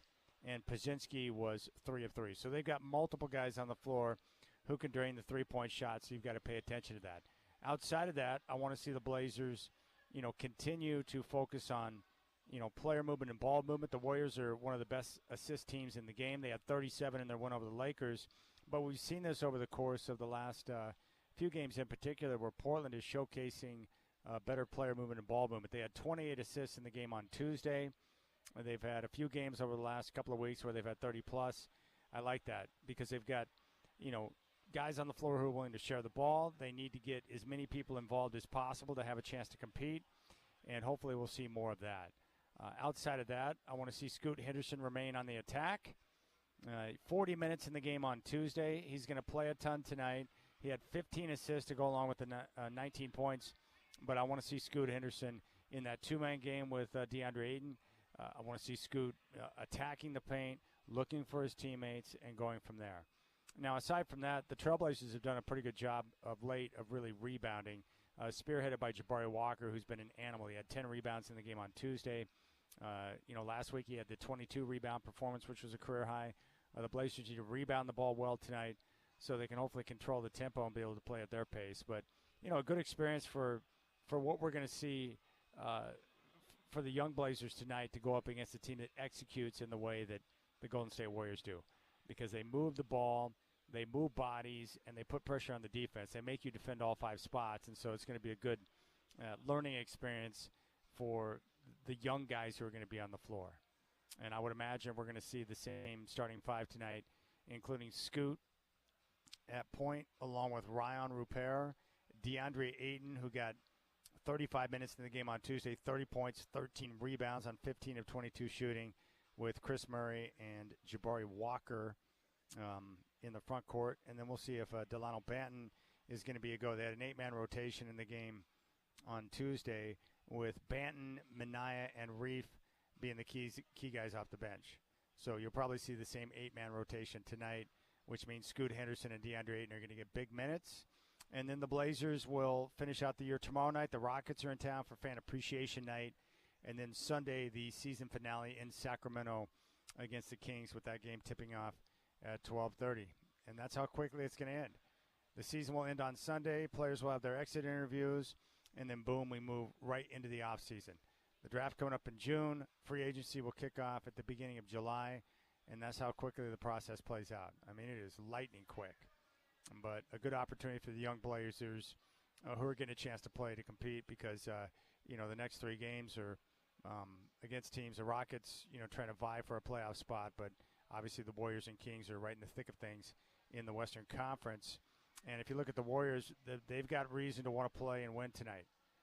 They have extended themselves out. So you know that the Lakers and Warriors are in. So we know who the top 10 teams will be in the West. Denver's at number 1 right now at 56-24. followed by Minnesota and Oklahoma City, who are knotted up for the second spot in the West, followed by the Clippers, the Mavericks, and the Pelicans. The Phoenix Suns are nipping at the Pelicans' heels right now, just a half game out. But your 7, 8, 9, 10 teams are Phoenix, Sacramento, Lakers, and Warriors.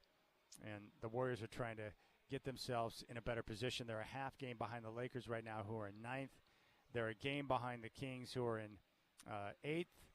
And they're 2.5 games behind the Suns, who are in 7th. So the Warriors can't catch the Suns, but they could technically catch the Kings. So we'll see how that plays out. But they're all jockeying for position, so the Warriors will give a good effort tonight.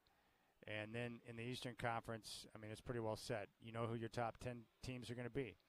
It's Boston, Milwaukee, New York, the Cavs, the Magic, and the Pacers. The Sixers are a game behind of Indiana. Philadelphia right now in 7th.